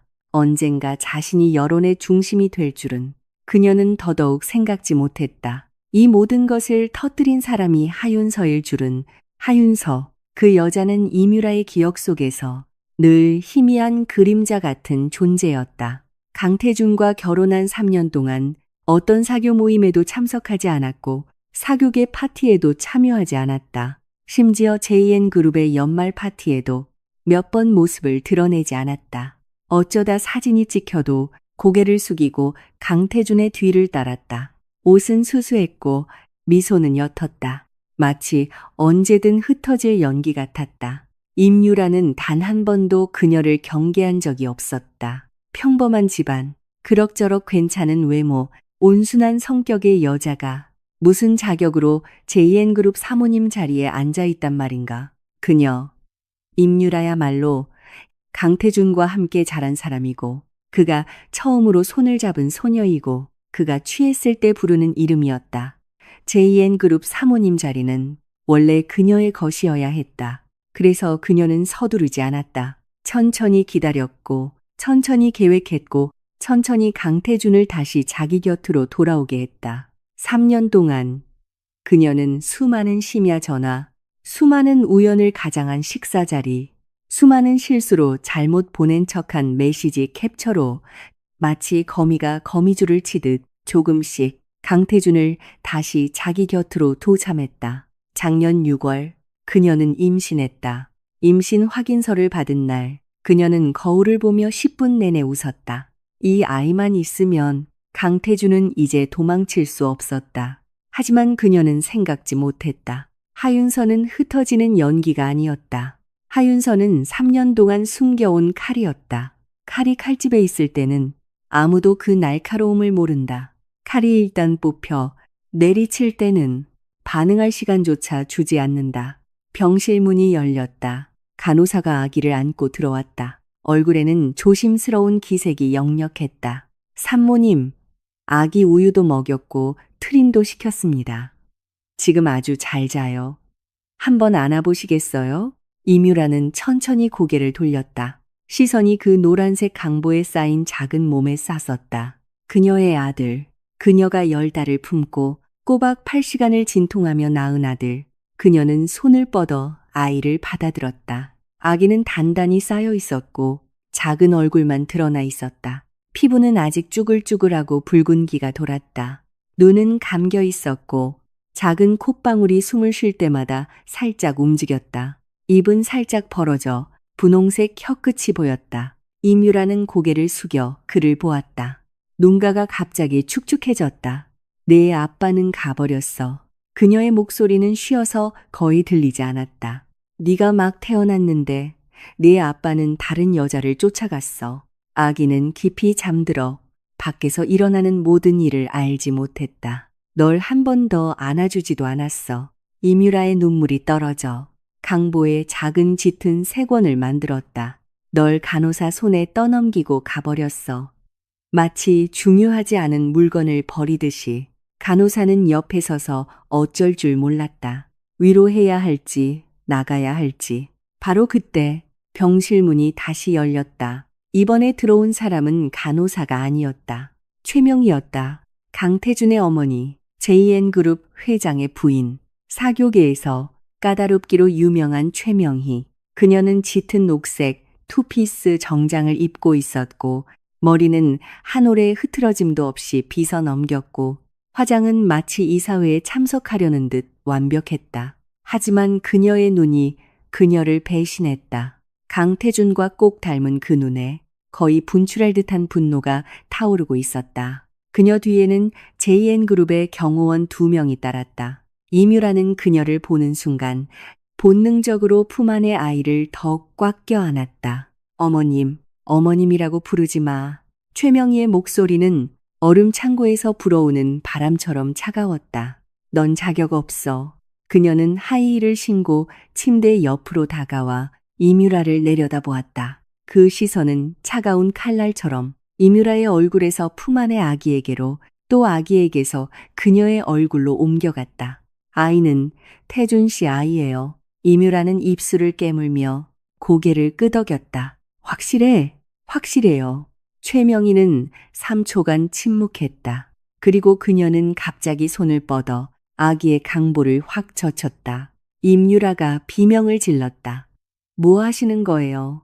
최명희는 그녀를 무시했다. 그녀는 고개를 숙여 아기의 얼굴을 아주 자세히 보았다. 눈썹을 보고, 코를 보고, 입을 보고, 귀 모양을 보았다. 그리고 그녀는 강보를 다시 덮어주고 몸을 바로 세웠다. 태준이 어릴 때랑 닮긴 했네. 그녀의 목소리는 여전히 차가웠지만 어딘가 말로 설명할 수 없는 감정이 섞여 있었다. 하지만 닮으면 뭐해. 사생아는 우리 JN그룹 족보에 오를 수도 없어. 임유라의 얼굴이 하얗게 질렸다. 어머님, 태준 씨가 약속했어요. 무슨 약속? 최명희가 그녀의 말을 끊었다. 목소리가 갑자기 높아졌다. 너랑 결혼하겠다고? 널 우리 집안에 들이겠다고? 임유라, 너 제정신이야? 우리 JN그룹이 어떤 집안인데 네가 뭔데? 남자 셋을 거치고 사생아 셋을 낳은 여자가 감히 우리 집안에 들어올 생각을 해. 임유라는 온몸이 떨렸다. 무슨 말씀이세요? 최명희는 냉소하며 경호원에게서 서류 한 뭉치를 받아 임유라 앞에 이불 위로 던졌다. 내 눈으로 직접 봐. 내 그 더러운 과거. 사람들이 다 파헤쳐놨으니까. 임유라는 떨리는 손으로 그 서류 뭉치를 집었다. 첫 페이지는 어떤 홍콩 재벌주 씨에게서 온 내용 증명이었다. 내용은 임유라가 2019년에 낳은 딸의 양육비 청구였다. 두 번째 페이지는 어떤 부동산 재벌 정 씨와의 합의서였다. 내용은 입막음 비용. 정 씨 회장의 사생아에 대한 모든 발언을 막기 위한 것이었다. 세 번째 페이지는 법원 소환장이었다. 원고는 어떤 펀드 매니저 오 씨의 아내, 사유는 혼인 파탄, 3개의 서류, 3명의 아이, 3명의 다른 남자, 임유라의 손이 격렬하게 떨렸다. 서류가 손가락 사이로 미끄러져 바닥에 흩어졌다. 거짓말. 그녀의 목소리가 떨렸다. 다 거짓말이야. 이건 하윤서가 꾸민 짓이야. 날 망치려고 조작한 거라고. 조작? 최명희는 더욱 차갑게 비웃었다. 이 서류들의 공증번호는 전부 사법부 시스템에서 조회가 가능해. 그런데 조작이라고? 임유라. 네가 우리 JN그룹 법무팀을 핫바지로 보는 모양이구나. 임유라는 입을 열었지만 아무 소리도 내지 못했다. 아기가 그녀 품에서 꼼지락거리며 가느다란 칭얼거림을 냈다. 최명희의 시선이 다시 그 아기에게로 돌아갔다. 그녀는 오랫동안 보았다. 눈빛이 복잡했다. 마치 아주 다루기 힘든 물건을 보는 것 같았다. 마침내 그녀가 입을 열었다. 목소리는 낮아졌고 더 이상 날카롭지 않았지만 냉기는 더욱 심했다. 아이는 JN그룹에서 데려간다. DNA 검사 후에 확실히 태준이 핏줄이면 우리 집안에서 책임지고 키울 거야. 하지만 너는, 그녀는 잠시 말을 멈췄다. 넌 평생 우리 집안에 발들일 생각 마라. 네가 낳은 아이는 널 이모라고 부를 거고 평생 그 아이 앞에서 넌 아무것도 아니게 될 거야. 말을 마치고 최명희는 손을 뻗어 임유라의 품에서 아이를 그대로 뺏어갔다. 임유라는 미친 듯이 발버둥 치며 아이를 되찾으려 했다. 하지만 방금 출산한 그녀는 팔 하나 제대로 들 힘도 없었다. 2명의 경호원에게 가볍게 제압되어 침대에 눕혀졌다. 안 돼. 내 아이 데려가지 마. 임유라가 비명을 질렀다. 목소리가 병실의 정적을 찢었다. 내 아들이야. 내가 낳았다고. 이럴 순 없어. 최명희는 아기를 안고 병실 문 앞까지 걸어가 걸음을 멈췄다. 뒤돌아보지 않고 말했다. 네가 낳았지. 네가 얘를 낳을 때 얘 아빠는 다른 여자를 쫓고 있었어. 네가 얘를 낳을 때 온 세상이 널 내연녀라고 욕했어. 네가 얘를 낳을 때 JN그룹 주가는 수십억이 증발했어. 그녀의 목소리는 평온하지만 잔인했다. 임유라. 네가 이 아이에게 가져다 준 건 태어난 첫날부터 치욕뿐이야. 병실 문이 닫혔다. 복도에서 하이힐 소리가 점점 멀어져 갔다. 그리고 아기의 희미한 칭얼거림도. 임유라는 침대에 탄더했다. 두 손은 여전히 아이를 뺏으려 뻗은 자세 그대로였다. 입술이 격렬하게 떨리고 눈물이 미친 듯이 쏟아져 나와 베개를 적셨다. 강태준. 그녀는 목구멍에서 비명을 쥐어짰다. 목소리는 마치 찢어진 천 같았다. 강태준. 복도의 간호사들은 서로 얼굴을 마주 보았다. 아무도 감히 들어가지 못했다. 임유라의 비명 소리는 VIP 병동에 오랫동안 울려 퍼졌다. 오늘 밤부터 그녀는 아무것도 남지 않았다. 강태준은 도망갔고 아이는 뺏겼고 그녀의 과거는 속속들이 파헤쳐져 마치 배가 갈라진 생선처럼 수천만 명 앞에 전시되었다. 그리고 이 모든 것을 초래한 것은 하윤서, 그녀가 단 한 번도 경계하지 않았던 그 여자. 임유라의 비명 소리가 점점 잦아들더니 간헐적인 흐느낌으로 바뀌었다. 그리고 흐느낌도 멈췄다. 그녀는 침대에 누워 눈을 크게 뜨고 천장을 쳐다보며 꼼짝도 하지 않았다. 30분 전과 똑같이 단지 이번에는 그녀의 눈에 더 이상 아무것도 담겨 있지 않았다. K901편 비행기 퍼스트 클래스. 하윤서는 좌석에 기대어 손에 샴페인 잔을 들고 있었다.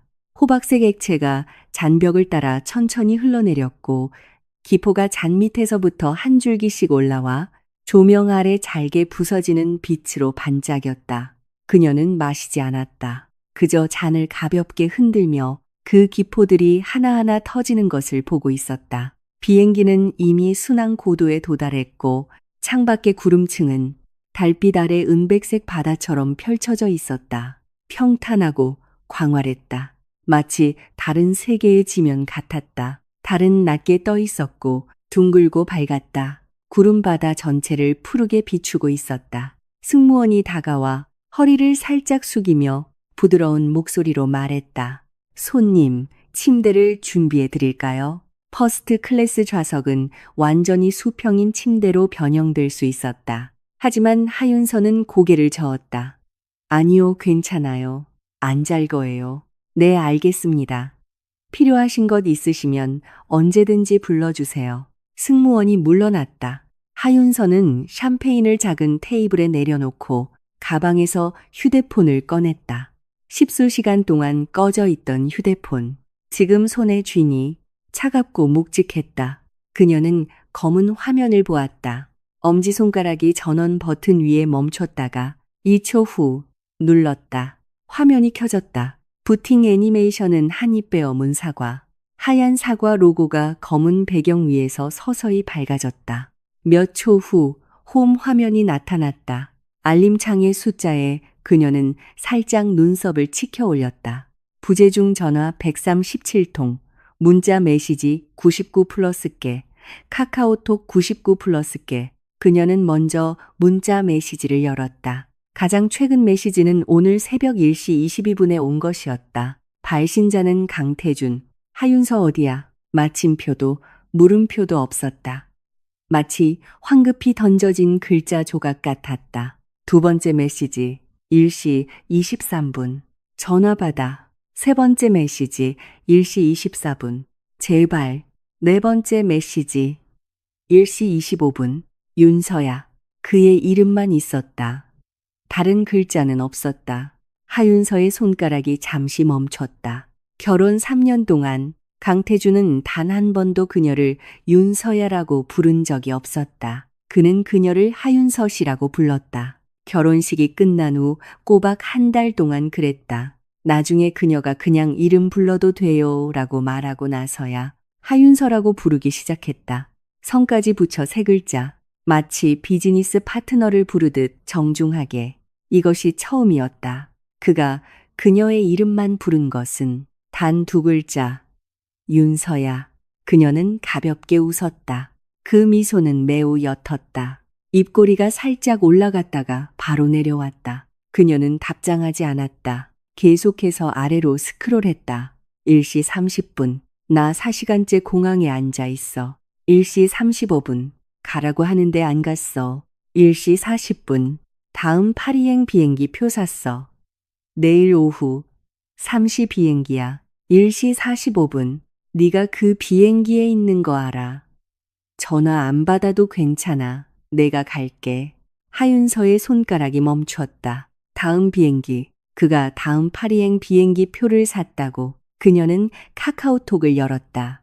강태준의 대화창이 가장 위로 올라와 있었다. 읽지 않은 메시지 수는 47개로 표시되어 있었다. 그녀는 처음부터 읽기 시작했다. 첫 번째 메시지 전송 시간은 어젯밤 7시 3분. 그녀가 휴대폰을 끈 지 10분도 안 된 시간이었다. 하윤서, 인스타그램에 올린 거 무슨 뜻이야? 제대로 설명해. 그 사진 김비서가 너한테 보낸 거지. 그렇지. 그 자식 매수한 거야? 언제부터 조사한 건데? 약 20분 후. 병원에서 나왔어. 공항 가는 길이야. 전화가 안 돼. 일부러 그런 거지. 그렇지. 어조가 바뀌기 시작했다. 윤서야, 우리 얘기 좀 하자. 가지마. 3년이야. 말 한마디 없이 떠나는 게 어딨어. 얼굴 보고 얘기할 기회는 줘야지. 내가 잘못한 거 알아. 내가 개자식인 거 알아. 하지만 이건 아니야. 사과할 기회조차 안 주는 건 아니잖아. 하윤서. 듣고 있어? 그러면 안 돼. 하윤서는 휴대폰을 내려놓고 샴페인을 한 모금 마셨다. 술은 차가웠고 기포가 혀끝에서 터졌다. 살짝 시큼하고 살짝 달콤했다. 퍼스트 클래스의 샴페인은 승무원이 특별히 추천한 빈티지 와인이었다. 프랑스 북동부의 최고급 포도원에서 생산되었고 모든 병에 고유 번호가 있다고 했다. 그녀는 술을 몰랐다.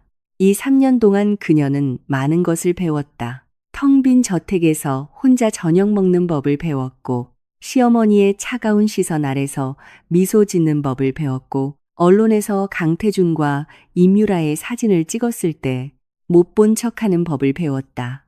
하지만 그녀는 술을 배우지 못했다. 오늘 밤이 처음이었다. 그녀는 자신이 꽤 술을 잘 마신다는 것을 발견했다. 적어도 그 메시지들을 볼 때 그녀의 손은 떨리지 않았다. 휴대폰이 다시 진동했다. 새로운 카카오톡 메시지가 떴다. 역시 강태준이었다. 전송 시간은 새벽 3시 정각. 나 공항이야. 사진 한 장이 첨부되어 있었다. 사진 속에는 제2여객 터미널 출발 로비에 통유리창이 있었다. 창밖은 심야의 활주로였고 한 비행기가 활주로를 달려 이륙하고 있었다. 유리에는 사진 찍는 사람의 그림자가 비쳤다. 한 남자가 바닥에 앉아 유리의 등을 기대고 있었다. 한쪽 다리는 구부리고 한쪽 다리는 뻗고 있었다. 넥타이는 느슨하게 목에 걸려 있었고 셔츠는 심하게 구겨져 있었다. 그 남자는 강태준이었다. 그가 앉아 있는 곳은 십수시간 전 그가 무릎 꿇었던 바로 그 자리였다. 하윤서는 그 사진을 오랫동안 보았다. 그리고 그녀는 한 가지 일을 했다. 강태준의 대화창을 왼쪽으로 살짝 밀었다. 화면에는 붉은색 버튼이 나타났다. 채팅방 나가기. 그녀의 엄지손가락이 그 붉은색 버튼 위에 0.5초도 채 머물지 않고 눌렀다. 대화창이 사라졌다. 그녀와 강태준 사이의 마지막 연결고리가 마치 잘린 실처럼 가볍게 끊어졌다. 하윤서는 휴대폰을 뒤집어 화면을 아래로 향하게 하여 작은 테이블에 내려놓았다. 그리고 그녀는 샴페인을 들어 한 모금 한 모금 마셨다. 승무원이 지나갈 때 그녀는 빈잔을 들고 웃으며 말했다. 한 잔 더요. 승무원은 잠시 놀랐다가 이내 웃으며 고개를 끄덕였다. 네, 손님. 바로 가져다 드리겠습니다. 샴페인이 다시 채워졌다. 하윤서는 잔을 들어 창밖의 구름바다를 향해 가볍게 들었다. 그녀는 무엇에 건배하는 걸까? 이 3년에 주방에서 송이버섯을 굽던 자신에게, 버려진 그 음식들에게, 답장 없는 그 SNS 게시물들에게, 오늘 아침 그가 듣지 못한 그 말에게, 그녀를 9,000km 밖으로 데려다준 이 비행기에게, 공항 바닥에 앉아 넥타이가 비뚤어진 그 남자에게, 끝에 그리고 시작에 그녀의 입꼬리가 올라갔다. 곡선이 점점 커져 마지막에는 크고 밝은 이 3년 동안 단 한 번도 지어본 적 없는 미소가 되었다. 그녀는 웃었다. 웃다가 눈가가 조금 붉어졌지만 눈물은 없었다. 한 방울도. JN 그룹 본사. 이사회 긴급회의. 시간은 새벽 4시. 보통 이 68층짜리 유리 건물은 이 시간에 경비원과 청소부만 있어야 했다. 하지만 오늘 밤은 달랐다. 주차장에서부터 로비, 엘리베이터까지 환하게 불이 켜져 있었다.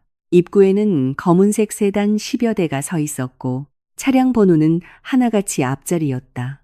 모두 이사들의 차였다. 로비의 경비원들은 꼿꼿하게 서서 숨도 제대로 쉬지 못했다. 48층 회의실. 분위기는 끓기 직전의 냄비 같았다. 이사회 멤버 12명이 모두 모였다. 누군가는 정장을 입고 있었지만 급하게 걸친 티가 누군가는 아직 홈웨어를 입고 그 위에 코트를 걸쳤다. 누군가 앞에 재떨이에는 이미 담배꽁초가 7, 8개나 쌓여 있었다. 하지만 아무도 말하지 않았다. 모두가 기다리고 있었다. 두 사람을. 첫 번째 사람은 강대철, JN그룹의 창업주이자 회장, 강태준의 아버지. 비서에 따르면 강 회장은 실시간 검색어가 터진 직후 혈압이 230까지 치솟아 구급차가 바로 강남 세브란스 병원으로 이송했고 아직 나오지 않았다고 했다. 두 번째 사람은 강태준. 회사가 이 지경이 되었는데 그는 회장으로서, 이 모든 일의 원흉으로서 아직까지 모습을 드러내지 않았다. 회의실 문이 열렸다. 모든 이사들이 동시에 고개를 들었다. 들어온 사람은 강태준이 아니었다. 최명이었다. JN그룹 부회장이자 강대철 회장의 아내, 강태준의 어머니. 그녀는 옷을 갈아입었다. 병원에서의 그 짙은 녹색 투피스가 아니라 검은색 비즈니스 정장이었다. 머리는 다시 틀어 올렸고 화장도 다시 했다. 립스틱은 핏빛처럼 어두운 붉은색이었다. 그녀의 눈 밑에는 컨실러로도 가려지지 않는 다크서클이 있었지만 눈빛은 강철처럼 단단했다. 그녀 뒤에는 비서 2명이 두꺼운 서류 뭉치를 안고 따랐다. 최명희는 회의 테이블의 상석, 강대철의 자리로 걸어가 앉지 않고 의자 뒤에 서서 두 손으로 테이블을 짚었다. 시선으로 그 자리에 있는 모든 사람을 훑었다. 여러분, 회장님은 아직 병원에 계십니다. 오늘 이사회는 제가 대신 주재하겠습니다. 아무도 반대하지 않았다. 최명희는 JN그룹에서 결코 장식품이 아니었다. 강대철이 맨손으로 사업을 시작할 때 그 강산의 절반은 그녀가 함께 일군 것이었다. 이 자리에 있는 이사들 중 적어도 3명은 과거에 그녀에게 쓸모없는 놈이라는 욕을 들은 적이 있었다. 그녀의 말은 강대철보다 더 무게가 있었다. 먼저 주가부터 말씀드리죠. 최명희의 목소리에는 어떠한 감정도 없었다. 마치 정밀 기계가 데이터를 읽어주는 것 같았다. 오늘 저녁 7시 3분, 즉 하윤서의 인스타그램이 올라온 지 16분 후부터 JN그룹 주가는 절벽식 하락을 시작했습니다. 30분 전 마감 기준 JN그룹 시가총액은 5조 원이 증발했습니다. 해외 증시가 개장하면 추가 하락이 예상됩니다. 회의실의 공기가 얼어붙었다. 5조 원. 3시간 만에 5조 원이 사라졌다. 다음은 여론입니다. 최명희는 비서에게서 서류 한 부를 받아 펼쳤다. 실시간 검색어 상위 10개 중 우리와 관련된 것이 6개입니다. 강태준 혼외자 출산, JN그룹 회장 내연녀 출산, 하윤서 이혼 발표, JN그룹 주가 폭락, 이뮤라 사생아 흑역사, 강태중 공항 무릎, 인스타그램, 유튜브, 네이버, 다음. 모든 플랫폼의 실시간 검색어 1위가 우리입니다. 그녀는 서류를 테이블에 내던졌다. 우리 JN그룹이 창립 37년 만에 이렇게 유명해진 적은 처음이군요. 한 이사가 참지 못하고 입을 열었다. 마케팅 담당 박 이사였다. 최 부회장님, 지금 가장 중요한 것은 위기 대응입니다. 즉시 성명서를 발표하는 것을 제안합니다. 사진은 합성이고 악의적인 루머라고 사진은 진짜입니다. 최명희가 그의 말을 끊었다. 박 이사는 입을 벌렸다가 뒷말을 삼켰다. CCTV 캡처도 진짜고 블랙박스 영상도 진짜고 산부인과 기록지도 진짜입니다. 분만실박 사진도 진짜고요. 최명희의 목소리는 무서울 정도로 평온했다. 모두 제 아들이 한 짓입니다. 하나하나 전부 진짜예요. 회의실은 쥐 죽은 듯 조용했다. 그러니 부인할 생각은 마세요. 부인하는 것은 상황을 더 악화시킬 뿐입니다. 최명희의 손가락이 테이블을 두드렸다. 지금 해야 할 것은 부인이 아니라 분리입니다. 분리라니요? 다른 이사가 미간을 찌푸렸다. 어떻게 분리한다는 말씀입니까? 2가지 방향입니다. 최명희는 손가락 2개를 세웠다. 첫째, 강태준의 개인적인 행위는 JN그룹과 무관하다는 것. 오늘부로 성명을 내고 강태준의 회장 직무를 정지시키고 제가 대행하겠습니다. 독립조사팀을 꾸려 그의 개인 재산과 회사 장부 사이에 교차점이 있는지 전면 조사할 겁니다. 그녀는 잠시 말을 멈췄다. 둘째, 임유라. 그 여자와 관련된 모든 부정적인 정보를 전부 퍼뜨리세요. 그녀의 사생아 소송, 그녀의 입막음 합의서, 그녀와 그 남자들과의 경제적 관계. 우리가 만들 필요도 없습니다. 이미 인터넷에서 파헤치고 있으니까요. 우리가 할 일은 여론의 초점을 JN그룹에서 그 여자에게로 옮기는 겁니다. 그렇게까지 하는 건 누군가 망설였다. 너무 잔인하지 않습니까? 그 여자도 방금 아이를 낳았는데 최명희는 말한 사람을 차갑게 쳐다보았다. 그 여자가 낳은 아이는 우리 JN그룹의 핏줄입니다. 하지만 내가 낳으라고 시킨 건 아닙니다. 스스로 선택한 길이니 그 끝이 어떤 결과일지도 알아야겠죠. 회의실에서는 더 이상 아무도 말하지 않았다. 최명희가 계속 말을 이어가려 할 때 문이 다시 열렸다. 이번에는 모두가 약속이라도 한 듯 일어섰다. 들어온 사람은 강대철이었다. 그는 휠체어를 타지도 누구의 부축을 받지도 않았다. 그는 파란색과 흰색 줄무늬의 환자복을 입고 그 위에 짙은 회색 캐시미어 코트를 걸치고 있었다. 왼쪽 손등에는 아직 수액 주사를 맞은 흔적인 반창고가 붙어 있었다. 그의 얼굴은 매우 하얗고 잿빛에 가까웠다. 입술에는 핏기라고는 거의 없었다. 하지만 두 눈은 무섭게 빛나고 있었다. 마치 마지막까지 타오르는 숯불 두 덩이 같았다. 그의 뒤에는 흰 가운을 입은 의사가 초조한 얼굴로 낮은 목소리로 설득하고 있었다. 회장님, 아직 혈압이 안정되지 않았습니다. 정말 나가시면 안 됩니다. 강대철은 단 두 마디만 했다. 나가. 목소리는 크지 않았지만 마치 둔탁한 망치가 테이블을 내리치는 것 같았다. 의사는 입을 열었다가 결국 물러나 문을 닫았다. 강대철은 회의 테이블의 상석으로 걸어갔다. 최명희가 한 걸음 비켜섰다. 그가 앉았다. 모두가 따라 앉았다. 강대철의 시선이 천천히 그 자리에 있는 모든 사람을 훑었다. 마지막으로 그의 시선은 비어있는 그 의자에 내섰다. 강태준의 자리. 그놈은 아무도 감히 대답하지 못했다. 그놈 어디 있냐고 물었다.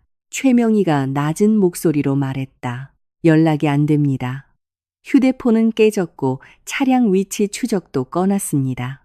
김비서 말로는 마지막으로 본 게 새벽 2시 공항에서였다고 합니다. 공항. 강대철은 이 단어를 되뇌다가 갑자기 웃었다. 그 웃음소리는 건조하고 귀에 거슬렸다. 마치 사포가 나무판을 긁는 소리 같았다. 잘났군. 아주 잘났어.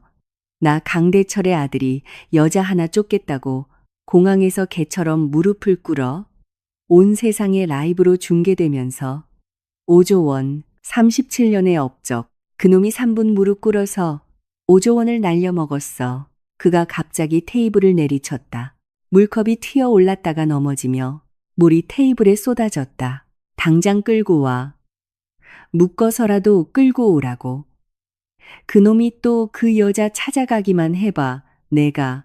말이 채 끝나기도 전에 그의 몸이 갑자기 휘청했다. 최명희가 가장 먼저 달려가 그를 부축했다. 강대철의 손이 테이블 가장자리를 단단히 잡고 손마디가 하얗게 질렸다. 그의 입술이 격렬하게 떨리고 얼굴의 핏기가 눈에 보일 정도로 빠르게 사라져 잿빛으로 변했다. 여보, 최명희의 목소리가 변했다. 의사 불러. 빨리 의사 불러. 회의실은 아수라장이 되었다. 누군가 뛰쳐나가 의사를 불렀고 누군가 구급차를 불렀고 누군가 허둥지둥 강대철을 의자에서 부축해 바닥에 평평하게 눕혔다. 최명희는 그의 옆에 무릎을 꿇고 한 손으로는 그의 머리를 받치고 한 손으로는 그의 손을 단단히 잡았다. 강대철의 눈은 아직 떠 있었다. 천장을 노려보며 입술이 열렸다. 닫혔다. 마치 무언가 말하려는 듯했다. 최명희가 귀를 갖다 댔다. 그녀는 들었다. 강대철이 말한 것은 그 역정놈. 의사가 뛰어들어왔고 간호사가 응급 장비를 밀고 뒤따랐다. 회의실은 순식간에 응급실로 변했다. 심전도 모니터에 삐삐 소리가 울려 퍼졌다. 그리고 이 모든 것을 초래한 그 사람, 강태준은 공항 대합실 바닥에 앉아 있었다. 통유리 창에 등을 기대고 한쪽 다리는 구부리고 한쪽 다리는 뻗고 넥타이는 한쪽으로 비뚤어져 있었다. 손에는 파리행 비행기 표 한 장을 쥐고 있었다. 비행 시간은 오늘 오후 3시.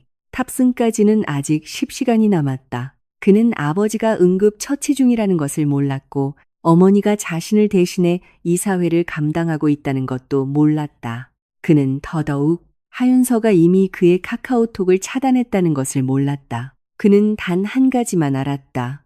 그녀를 찾아가야 한다고, 무릎을 꿇어서라도 그녀 앞에 가야 한다고. 강남 최고급 산부인과 VIP 병동. 새벽 5시. 창밖의 하늘은 아직 어두컴컴한 남색이었고 도시의 불빛은 멀리서 깜빡였다. 병실에는 침대 옆 스탠드 하나만 켜져 있었고 흐릿한 노란 불빛이 침대에 누운 사람을 비추고 있었다. 임유라는 잠들지 않았다. 그녀는 눈을 뜨고 천장을 쳐다보고 있었다. 이 자세로 꼬박 하룻밤을 보냈다. 최명희가 아이를 데려간 후 그녀는 비명을 지르고 울고 물건을 부쉈다. 간호사가 들어와 진정제 주사를 놓아주고 나서야 그녀는 조용해졌다. 하지만 약효가 사라진 후 그녀는 더 이상 소란을 피우지 않았다. 그저 그렇게 누워 꼼짝도 하지 않았다. 마치 숨쉬는 시체처럼 휴대폰은 다시 그녀의 손에 들려 있었다. 화면의 빛이 그녀의 얼굴을 비추었다. 그녀의 안색은 매우 좋지 않았다. 출산 후의 실혈로 피부는 종이처럼 하얗고 눈가는 움푹 패였으며 입술은 건조하게 갈라져 있었다. 하지만 그녀의 눈은 건조했다. 눈물은 한 방울도 없었다. 그녀는 실시간 검색어를 보고 있었다. 온 세상이 그녀를 욕하고 있었다. 임유라, 사생아 이토픽은 이미 실시간 검색어 3위까지 올라왔다. 누군가 10년 전 그녀와 그 홍콩 재벌과의 소송을 들춰냈다. 누군가 그녀의 대학 시절 그 부동산 재벌 정 씨와의 사진을 찾아냈다. 누군가는 심지어 그녀가 과거에 어떤 병원에서 첫 아이를 낳았던 입원 기록까지 파헤쳤다. 아이의 출생증명서 사본까지. 아버지란에 적힌 이름은 강태준이 아니었다. 하나하나 전부 사실이었다. 그녀가 10년 동안 숨겨온 것들이 하룻밤 사이에 속속들이 파헤쳐졌다. 이뮤라의 손가락이 화면 위를 천천히 움직였다. 무표정하게 모든 것을 다 보았다. 그리고 그녀는 전화를 걸었다. 전화는 한참 울리고 나서야 연결되었다. 저편에서 잠이 덜 깬 남자의 목소리가 들려왔다. 방해받은 듯 짜증이 섞여 있었다. 여보세요? 누구세요? 장 변호사님. 임유라의 목소리는 쉬었지만 이상할 정도로 침착했다. 저예요. 임유라. 전화기 저편은 2초간 침묵했다. 그리고 부스럭거리는 소리가 들렸다. 마치 상대방이 침대에서 일어나는 소리 같았다. 임유라 씨. 지금 몇 시인 줄 아십니까? 알아요. 임유라의 시선은 여전히 천장을 향해 있었다. 하지만 제 아이를 뺏겼고 제 이름은 인터넷에 걸려 하룻밤 내내 조리돌림 당했어요. 제가 아침까지 기다렸다가 이 전화를 걸 수 있을 거라고 생각하세요? 장 변호사는 한숨을 쉬었다. 목소리가 조금 더 또렷해졌다. 당신 일 봤습니다. 실검도 뉴스도 다 봤어요. 제가 뭘 해드리면 되겠습니까? 3가지입니다. 임유라의 목소리는 한 글자 한 글자 마치 둔한 칼이 돌을 가는 소리 같았다. 첫째, JN그룹을 아동 불법 탈취로 고소하세요. 아이는 제가 낳았고 DNA 검사 결과가 나오기 전까지는 그들이 제 곁에서 아이를 데려갈 어떤 권리도 없어요. 최명희가 경호원을 데리고 병실에 쳐들어와 아이를 뺏어간 전 과정은 병원 CCTV와 간호사 증언이 있습니다. 고소하면 백전백승이에요. 장 변호사는 저편에서 빠르게 타이핑했다. 키보드 소리가 타다닥 울렸다. 둘째, 강태준을 혼인빙자가는 및 위자료 청구 소송으로 고소하세요. 우리 관계는 3년 동안 지속됐고 모든 증거가 있어요. 카톡 대화, 이체 내역, 호텔 숙박 기록, 통화 녹음. 이건 단순한 불륜이 아니라 장기적이고 안정적인 혼외동거 관계였어요. 소송 요건은 충분합니다. 장 변호사의 키보드 소리가 멈췄다. 임유라 씨. 그의 목소리가 신중해졌다. 정말 이 길로 가시겠습니까? 일단 소송을 시작하면 당신과 강태준 사이에는 더 이상 돌이킬 수 없게 됩니다. 그리고 일이 이 지경까지 왔으니 JN그룹은 모든 자원을 동원해서 이 소송에 대응할 겁니다. 알아요. 그런데도요? 셋째. 임유라가 그의 말을 끊었다. 목소리는 냉담할 정도로 평온했다. 강태준 명의의 JN그룹 주식 10%를 아이 양육비로 요구할 겁니다. 안 주면 이 아이의 DNA 샘플을 언론사에 보내서 온 세상에 알릴 거예요. JN그룹의 손자가 그들이 훔쳐온 아이라는 걸.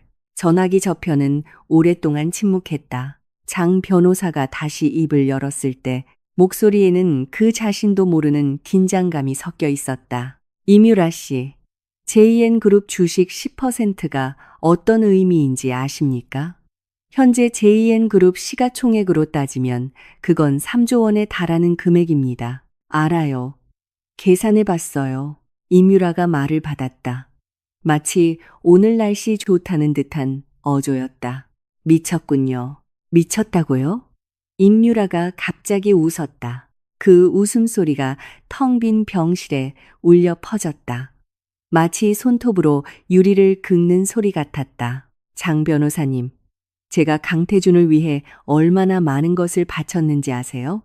전 14살에 그 사람을 만났고 20살에 사귀었고 22살에 그의 첫 아이를 가졌어요. 그때 그가 말했죠. 유라야, 기다려줘.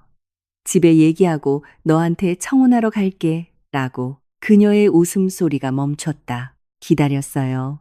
그 아버지가 그를 해외로 보내버릴 때까지 기다렸고 그가 돌아왔을 때는 옆에 이미 하윤서가 있었죠. 그게 어떤 기분인지 아세요? 10년을 사랑한 남자가 다른 여자와 결혼하는 걸 결혼식장 밖에서 그가 다른 여자에게 반지를 끼워주는 걸 지켜보는 기분. 장 변호사는 말하지 않았다. 나중에 그가 다시 날 찾아왔어요. 하윤서를 사랑하지 않는다고 가문 때문에 한 정략 결혼이라고 마음속에는 나 하나뿐이라고 했죠. 믿었어요. 다시 그와 3년을 만났어요. 또 3년을 기다렸죠.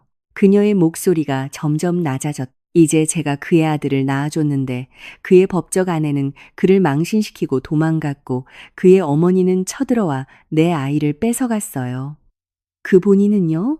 공항에서 하룻밤을 무릎 꿇고 다음 파리행 비행기 표를 사서 그 여자를 쫓아가겠다고요. 임유라는 눈을 감았다. 10년 장 변호사님. 10년을 기다린 결과가 그가 공항에서 다른 여자를 쫓아 무릎 꿇는 거였어요. 제가 아직도 뭘 신경 쓸 것 같으세요? 돌이킬 여지요? 전화기 저편에서 긴 한숨 소리가 들려왔다. 알겠습니다. 장 변호사의 목소리가 가라앉았다. 3가지 소송 요청 기록했습니다. 날이 밝는 대로 소장 작성해서 오후 전까지 법원에 제출하겠습니다. 하지만 임유라 씨, 한 가지는 알려드려야겠습니다. 말하세요. 일단 이 3가지 소송이 동시에 시작되면 당신은 여론에서 더 불리해질 수 있습니다. 지금은 인터넷에서 당신을 욕하는 사람이 많아도 적어도 일부는 당신을 동정하고 있어요. 나쁜 남자에게 버림받은 첫사랑이라고 생각하죠. 하지만 당신이 강태준을 소송하면 그건 당신이 그에게 가정이 있다는 걸 알면서도 3년 동안 만났다는 걸 공개적으로 인정하는 셈이 됩니다. 법적으로 당신도 상응하는 책임을 져야 할 수 있습니다. 임유라가 눈을 떴다. 내가 신경 쓸 것 같아요? 그녀는 전화를 끊었다. 병실은 다시 조용해졌다. 임유라는 휴대폰을 베개 옆에 두고 몸을 돌려 창문을 향했다. 창밖의 하늘이 남색에서 점차 회색빛으로 변하고 멀리 고층 빌딩의 윤곽이 조금씩 선명해졌다. 날이 밝아오고 있었다. 그녀의 입꼬리가 살짝 휘어졌다. 미소가 아니라 말로 설명할 수 없는 어떤 곡선이었다. 강태준. 그녀의 목소리는 연기처럼 가벼웠다. 하윤서를 되찾고 싶다고? 좋아. 법원 소환장 받아보면 그때도 쫓아갈 힘이 남아있는지 보자고. 그녀는 침대 옆 호출벨을 눌렀다. 간호사가 문을 열고 들어왔다. 산모님, 무슨 일이세요? 퇴원 수속해 주세요. 간호사가 멍해졌다. 산모님, 어제 막 출산하셔서 몸이 아직 회복되지 않았습니다. 안 됩니다. 퇴원 수속 하라고 했어요. 임유라의 목소리는 크지 않았지만 간호사는 더 이상 한마디도 하지 못하고 돌아서 나갔다. 임유라는 천천히 몸을 일으켰다. 침대 가장자리를 짚고 2 발을 바닥에 디뎠다.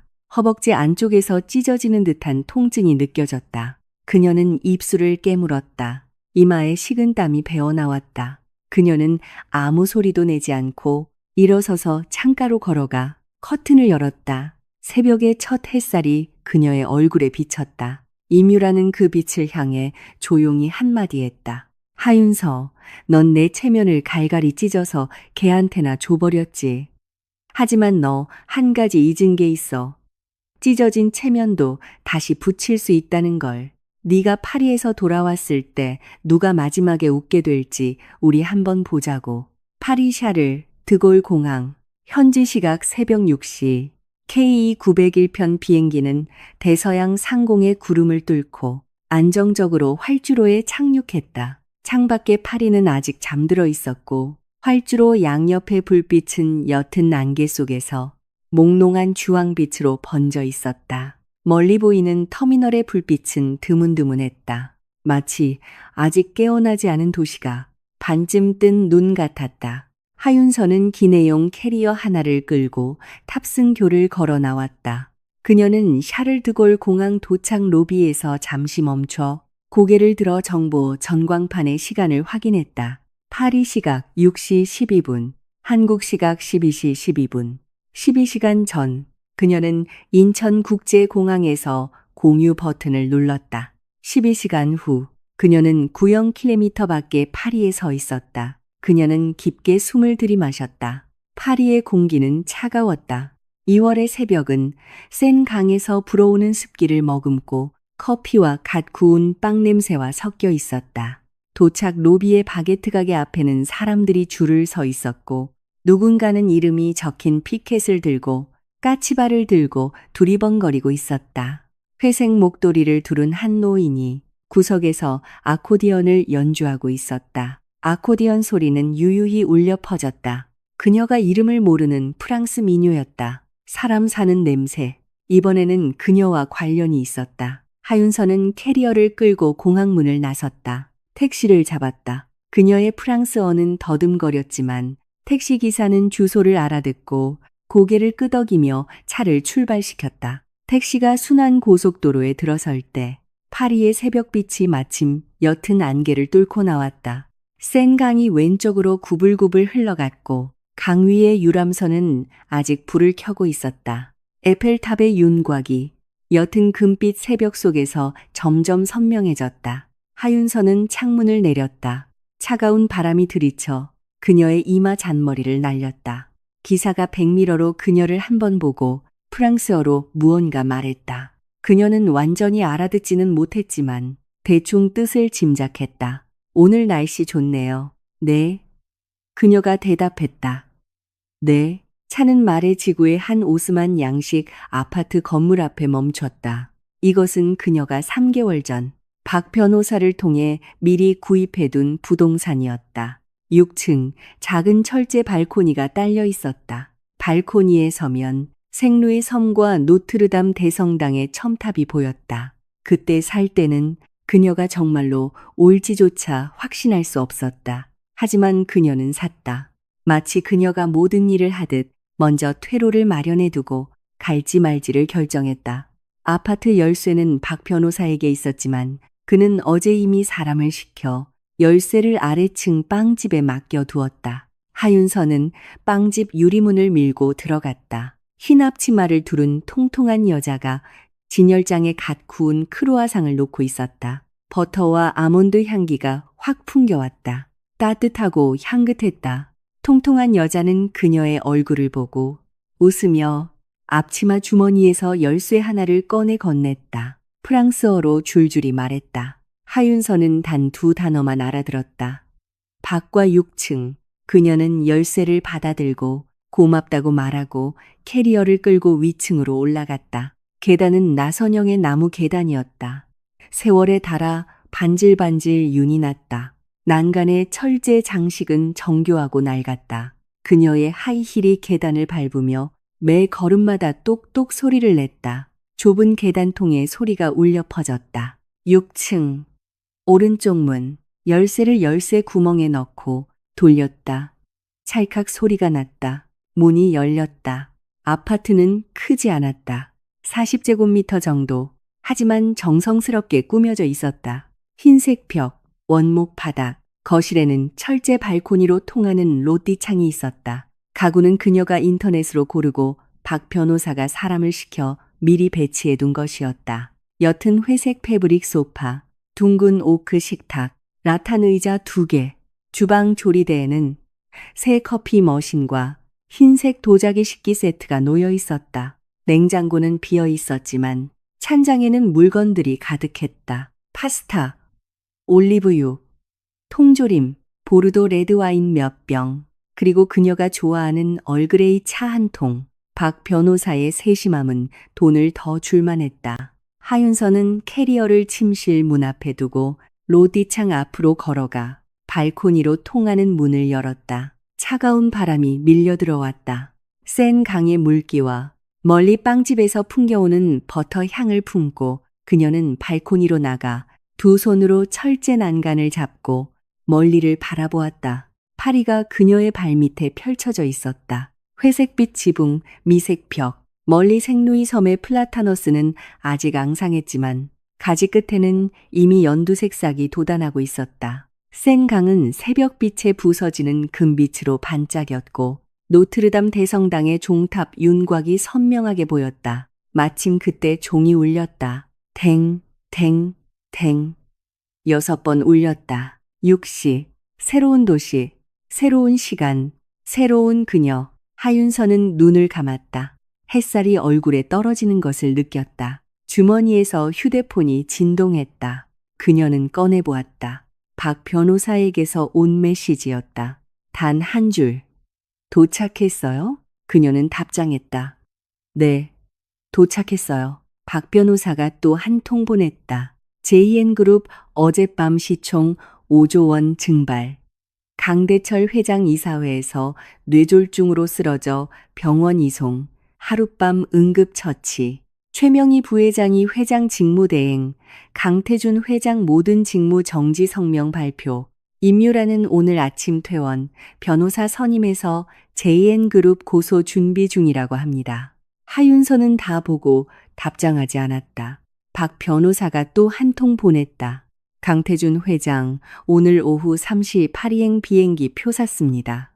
항공편은 K9040, 도착 예정 시간은 파리 시각 내일 아침 6시 반입니다. 하윤서는 이 메시지를 보았다. 손가락이 화면 위에 오랫동안 멈춰 있었다. 그리고 그녀는 타이핑했다. 온다고 해서 뭐가 달라지죠? 박 변호사, 당신을 만나고 싶어 합니다. 만나게 두세요. 박 변호사, 오게 두세요. 나를 찾게 하고 내 앞에 서서 하고 싶은 말 전부 다 하게 하세요. 그리고 그녀는 잠시 멈췄다가 계속 타이핑했다. 그리고 내가 그 사람 앞에서 문을 닫아버릴 테니까. 박 변호사는 엄지손가락 이모티콘을 보냈다. 하윤서는 휴대폰을 주머니에 다시 넣고 몸을 돌려 집 안으로 들어갔다. 그녀는 캐리어를 열고 안에 물건들을 하나하나 꺼냈다. 갈아입을 옷 몇 벌, 플랫슈즈 한 켤레, 여권 한 권, 은행 카드 한 장, 그리고 그 누런 서류 봉투. 안에는 이혼 합의서 사본, 재산 이전, 공증서, 그리고 JN그룹 주식 15% 보유 증명서가 들어 있었다. 그녀는 서류 봉투를 침실 금고에 넣고 새 비밀번호를 설정했다.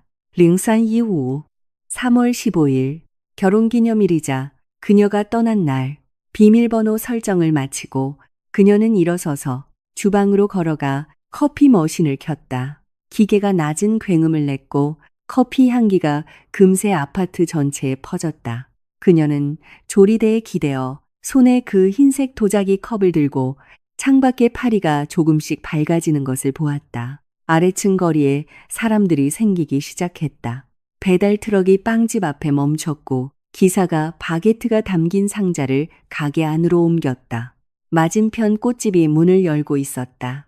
주인은 안경 쓴 할머니였고 튤립이 담긴 통을 길가로 내놓았다. 분홍색, 노란색, 보라색, 새벽빛 속에서 선명하게 빛났다. 하윤서는 커피를 들고 발코니로 나가 이 모든 것을 보았다. 그리고 그녀의 휴대폰이 울렸다. 메시지 알림음이 아니라 전화 벨소리였다. 화면에 표시된 발신자, 강태준. 그녀는 그 이름을 오랫동안 보았다. 첫 번째 벨소리, 두 번째, 세 번째. 그녀는 끊지 않았지만 받지도 않았다. 전화는 10수번 울리고 나서 자동으로 끊겼다. 10초도 안 되어 또 울렸다. 역시 그였다. 하윤서는 커피 잔을 들고 발코니 난간에 기대어 휴대폰이 몇 번이고 울리는 것을 들었다. 벨소리는 시스템 기본음이었다.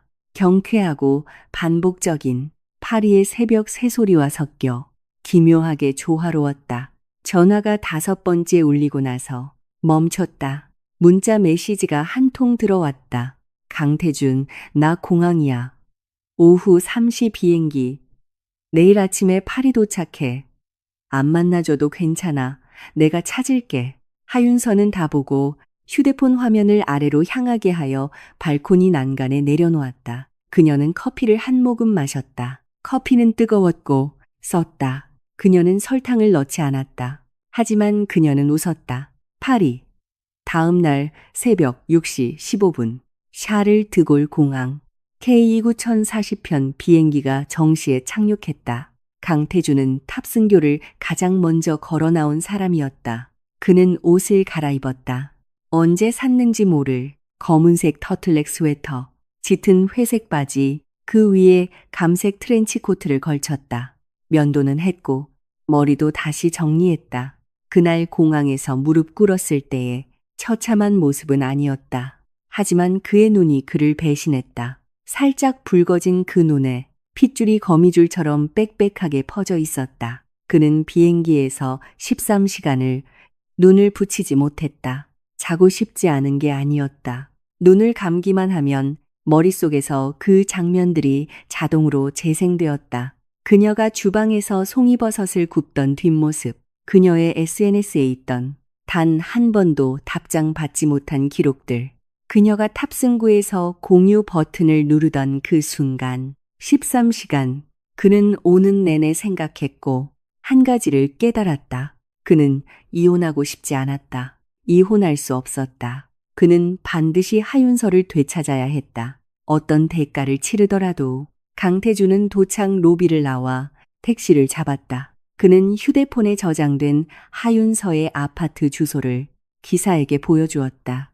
그 주소는 그가 꼬박 하룻밤을 새워 박 변호사 사무실을 통해 몇 단계를 거쳐 겨우 알아낸 것이었다. 박 변호사는 처음에는 주지 않으려 했지만 그가 JN그룹의 연간 법률 고문 계약을 교환 조건으로 내걸고 나서야 상대방이 입을 열었다. 택시는 파리의 새벽 거리를 달렸다. 어제 하윤서가 갔던 것과 같은 길이었다. 순환 고속도로, 센 강은 왼쪽에, 에펠탑은 새벽 안개 속에서 희미하게 보였다. 하지만 강태준은 아무것도 보지 않았다. 그의 눈은 오직 휴대폰 화면의 그 주소만을 마치 구명밧줄을 보듯 쳐다보고 있었다. 말의 지구의 그 오스만 양식 아파트 건물. 택시가 건물 아래에 멈췄다. 강태준은 요금을 내고 차 문을 열었다. 파리의 차가운 새벽 바람 속에 섰다. 그는 고개를 들어 6층을 보았다. 그 작은 철제 발코니. 발코니에는 하얀색 화분이 놓여 있었다. 무슨 품종인지 모를 꽃이 새벽 바람에 가볍게 흔들리고 있었다. 로디창은 닫혀 있었고 미세 커튼이 반쯤 쳐져 있었다. 안에서는 어떤 불빛도 보이지 않았다. 그녀는 안에 있다. 그는 알았다. 그녀는 바로 저 안에 있다. 강태준은 심호흡을 하고 아파트 문을 밀고 들어갔다. 나선용 계단, 나무 계단, 난간의 철제 장식. 그의 구두가 계단을 밟으며 매 걸음이 무거웠다. 건물 전체에 들릴 정도로 3층, 4층, 5층, 6층. 그는 그 문 앞에 섰다. 오른쪽 문, 흰색 나무 문, 입쇠 문패는 세월에 닳아 빛났다. 그는 손을 들어 문을 두드렸다.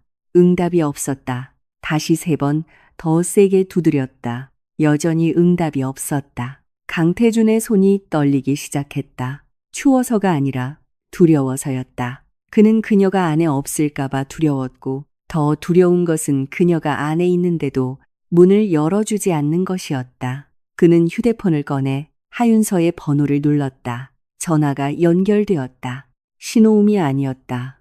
꺼진 상태도 아니었다. 연결되었다. 뚜뚜. 매소리가 무거운 망치처럼 그의 심장을 내리쳤다. 그리고 전화가 연결되었다. 저편에서는 아무도 말하지 않았다. 하지만 그는 숨소리를 들을 수 있었다. 아주 가볍고 평온한 윤서야. 그의 목소리는 쉬어서 스스로도 알아들을 수 없었다. 나 내 문 앞이야. 침묵. 안에 있는 거 알아. 여전히 침묵. 문 좀 열어줘. 우리 얼굴 보고 얘기하자. 딱 한 번만 얘기 끝나고 그래도 내가 가길 원하면 바로 갈게. 전화기 저편에서 마침내 소리가 들렸다. 말소리가 아니라 발소리였다. 아주 가벼운 발소리. 멀리서부터 가까이 문 뒤에서 멈췄다. 그리고 문이 열렸다. 하지만 그 흰색 나무 문이 아니었다. 문에 달린 작은 창문이었다. 오래된 아파트의 환기용으로 쓰이는 작은 철제 창문. 가로 세로 20cm 정도. 문의 상단에 박혀 있었다. 작은 창문이 한 뼘쯤 열렸다. 하윤서의 눈이 그 틈새 뒤에 있었다. 그 눈은 매우 평온했다. 냉담한 평온함도 아니고 분노를 억누른 평온함도 아니었다. 마치 호수 같은 진정한 평온함이었다. 그녀는 그를 3초간 보았다. 그리고 그녀는 작은 창문을 닫았다. 처음부터 끝까지 한마디도 하지 않았다. 강태준은 손으로 문을 짚었다. 이마를 차가운 나무 문에 기댔다. 윤서야, 내 말 좀 들어줘. 문 뒤에서 그녀의 목소리가 들려왔다. 아주 가볍고 선명하게. 강태준 씨. 그가 친고개를 들었다. 듣고 있어. 문 뒤는 2초간 조용했다. 그리고 그녀의 목소리가 다시 들려왔다. 느리지도 빠르지도 않게. 마치 아주 평범한 일을 말하듯이 3년 전 3월 15일 난 당신과 결혼했어요. 그날 난 3개월 동안 준비한 웨딩드레스를 입었고 베일에는 백합 99송이가 수놓아져 있었죠. 당신이 베일을 걷었을 때 부른 이름은 임유라였어요. 강태준의 숨이 또 섰다. 신혼 첫날 밤 당신은 서재에서 잤죠. 난 당신이 피곤한 줄 알았어요. 나중에 알았죠. 당신이 임유라와 통화하느라 그랬다는 걸 2시간 동안. 그만. 결혼 1주년 기념일 난 한상 가득 음식을 차렸어요. 당신은 회사에 일이 있다고 나갔죠. 나중에 김 비서가 보내준 블랙박스 영상을 보니 당신은 임유라의 오피스텔에 가서 하룻밤을 꼬박 새웠더군요. 그만하라고. 결혼 2주년 기념일. 당신은 집에 오긴 했어요. 하지만 서류 하나 가지러 온 거였죠. 가져가자마자 나갔어요. 난 식탁에 당신이 제일 좋아하는 송이버섯을 놔뒀는데 당신은 쳐다보지도 않았죠. 강태준의 손이 문에서 미끄러져 내려와 몸 옆에 늘어뜨려진 채 주먹을 꽉 쥐었다. 결혼 3주년 기념일. 하윤서의 목소리는 여전히 평온했다. 그러니까 그저께 난 주방에서 송이버섯을 굽고 있었어요. 당신이 문 앞을 지나갔죠. 내가 물었어요. 오늘 저녁에 들어와요? 당신은 약속 있어 라고 했죠. 내가 말했어요. 3주년이야, 태준아. 당신 못 들었죠? 들었어. 들었다고요. 하윤서가 가볍게 웃었다. 그 웃음소리가 나무 문을 뚫고 바늘처럼 강태준의 귀를 찔렀다. 들었으면서도 같잖아요. 문 밖은 조용해졌다. 강태준은 이마를 다시 문에 기댔다. 어깨가 떨리고 있었다. 두 손으로 문틀을 짚었고 손톱이 나무에 파고들었다. 미안해. 그의 목소리가 목구멍에서 쥐어짜듯 나왔다. 거칠고 모래 같았다. 윤서야. 미안해. 문 뒤에서는 응답이 없었다. 내가 잘못했어. 내가 개자식이야. 이 3년 매일매일 너한테 잘못했어. 하지만 기회를 한 번만 줘. 딱 한 번만. 무슨 기회요? 그녀의 목소리가 갑자기 가까워졌다. 마치 문에 바짝 붙어서 말하는 것 같았다. 강태준 씨, 당신이 원하는 기회가 뭐죠? 내가 당신을 용서하길 바라나요? 나와 함께 한국으로 돌아가길 바라나요?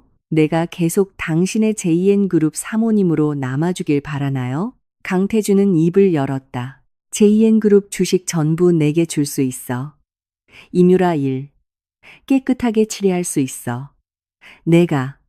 내가 당신이 뭘 할 수 있는데요? 하윤서의 목소리는 여전히 맑았지만 모든 글자가 칼날 같았다. 당신이 3년 동안의 냉대를 지울 수 있나요? 내가 혼자 먹었던 그 저녁들을 없던 일로 할 수 있나요? 내가 올렸던 그 SNS 게시물들, 당신이 단 한 번도 보지 않았던 그 게시물들을 존재하지 않았던 것으로 만들 수 있냐고요? 그녀의 목소리가 아주 조금 높아졌다. 하지만 그 조금이 어떤 비명보다 그를 아프게 했다. 강태준 씨, 난 27개의 게시물을 올렸어요. 모두 당신과 관련된 거였죠. 당신이 좋아요를 누른 적 있나요? 댓글을 단 적 있나요? 당신은 본 적도 없어요. 당신은 내 카카오톡을 친구 추가한 지 3년 동안 단 한 번도 내 프로필을 눌러본 적이 없어요. 그저께 밤까지 내가 떠나고 나서야 하나하나 넘겨봤겠죠. 그녀의 목소리가 다시 평온해졌다. 그건 후회가 아니에요. 그저 아쉬움일 뿐이죠. 강태준의 손이 문에서 미끄러졌다. 그는 문 밖에 서서 고개를 숙였다. 마치 뿌리 뽑힌 나무처럼 문 뒤에서 발소리가 들렸다. 점점 멀어지는 윤서야. 그가 갑자기 문을 세게 쳤다. 내가 뭘 해야 해? 뭘 해야 문을 열어줄 건데? 발소리가 멈췄다.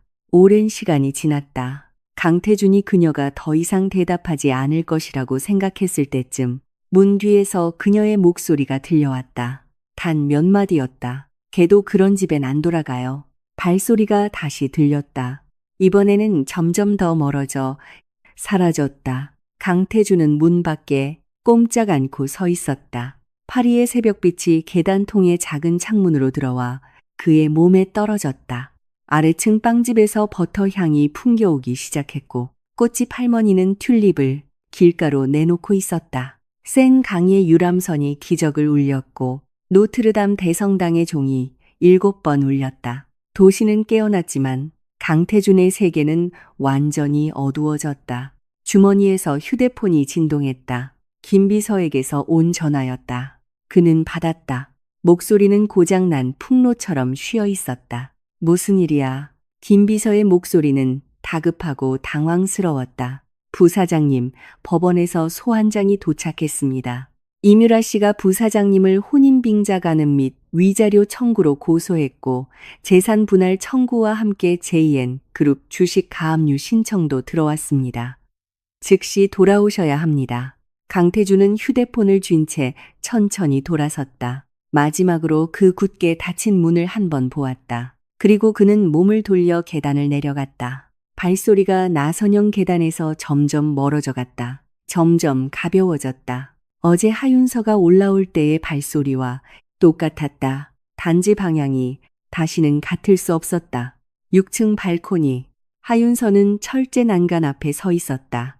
손에는 설탕 없는 커피를 들고 그녀는 아래층에서 그 감색 트렌치 코트를 입은 뒷모습이 아파트 건물을 나와 길모퉁이로 향하는 것을, 택시를 잡는 것을 보았다. 차가 출발하고 마레지구의 좁은 거리를 달려 한 모퉁이에서 사라지는 것을 그녀는 모든 과정을 지켜보았다. 그리고 그녀는 커피를 들어 한 모금 마셨다. 여전히 그렇게 뜨겁고 그렇게 썼다. 그녀는 주머니에서 휴대폰을 꺼내 주소록을 열었다. 강태준의 이름을 찾았다. 손가락으로 화면을 3번 터치했다. 연락처 삭제 확인. 휴대폰 화면이 한 번 깜빡이고 그 이름이 사라졌다. 그녀는 휴대폰을 발코니 구석 그 하얀색 화분 옆에 던졌다. 몸을 돌려 집 안으로 들어갔다. 파리의 새벽빛이 러티창을 통해 들어와 바닥에 떨어졌다. 그녀의 맨발 등에 떨어졌다. 그 비어버린 커피 잔 속에 떨어졌다. 그녀는 캐리어에서 운동화 한 켤레를 꺼내 신었다. 열쇠와 지갑을 들고 아래층으로 내려갔다. 빵집의 통통한 여자가 그녀를 보고 웃으며 갓 구운 크루아상 하나를 건넸다. 버터 향기가 확 풍겨왔다. 하윤서는 받아들고 한 입 크게 베어 물었다. 바삭한 껍질이 입안에서 부서졌다. 따뜻하고 부드럽고 달콤했다. 그녀는 크루아상을 씹으며 문을 밀고 파리의 새벽 속으로 걸어 들어갔다. 등 뒤에서 문에 달린 종이 딸랑 울렸다. 마치 어서 오세요 라고 말하는 것 같기도 했고 새로운 이야기가 시작됩니다 라고 말하는 것 같기도 했다.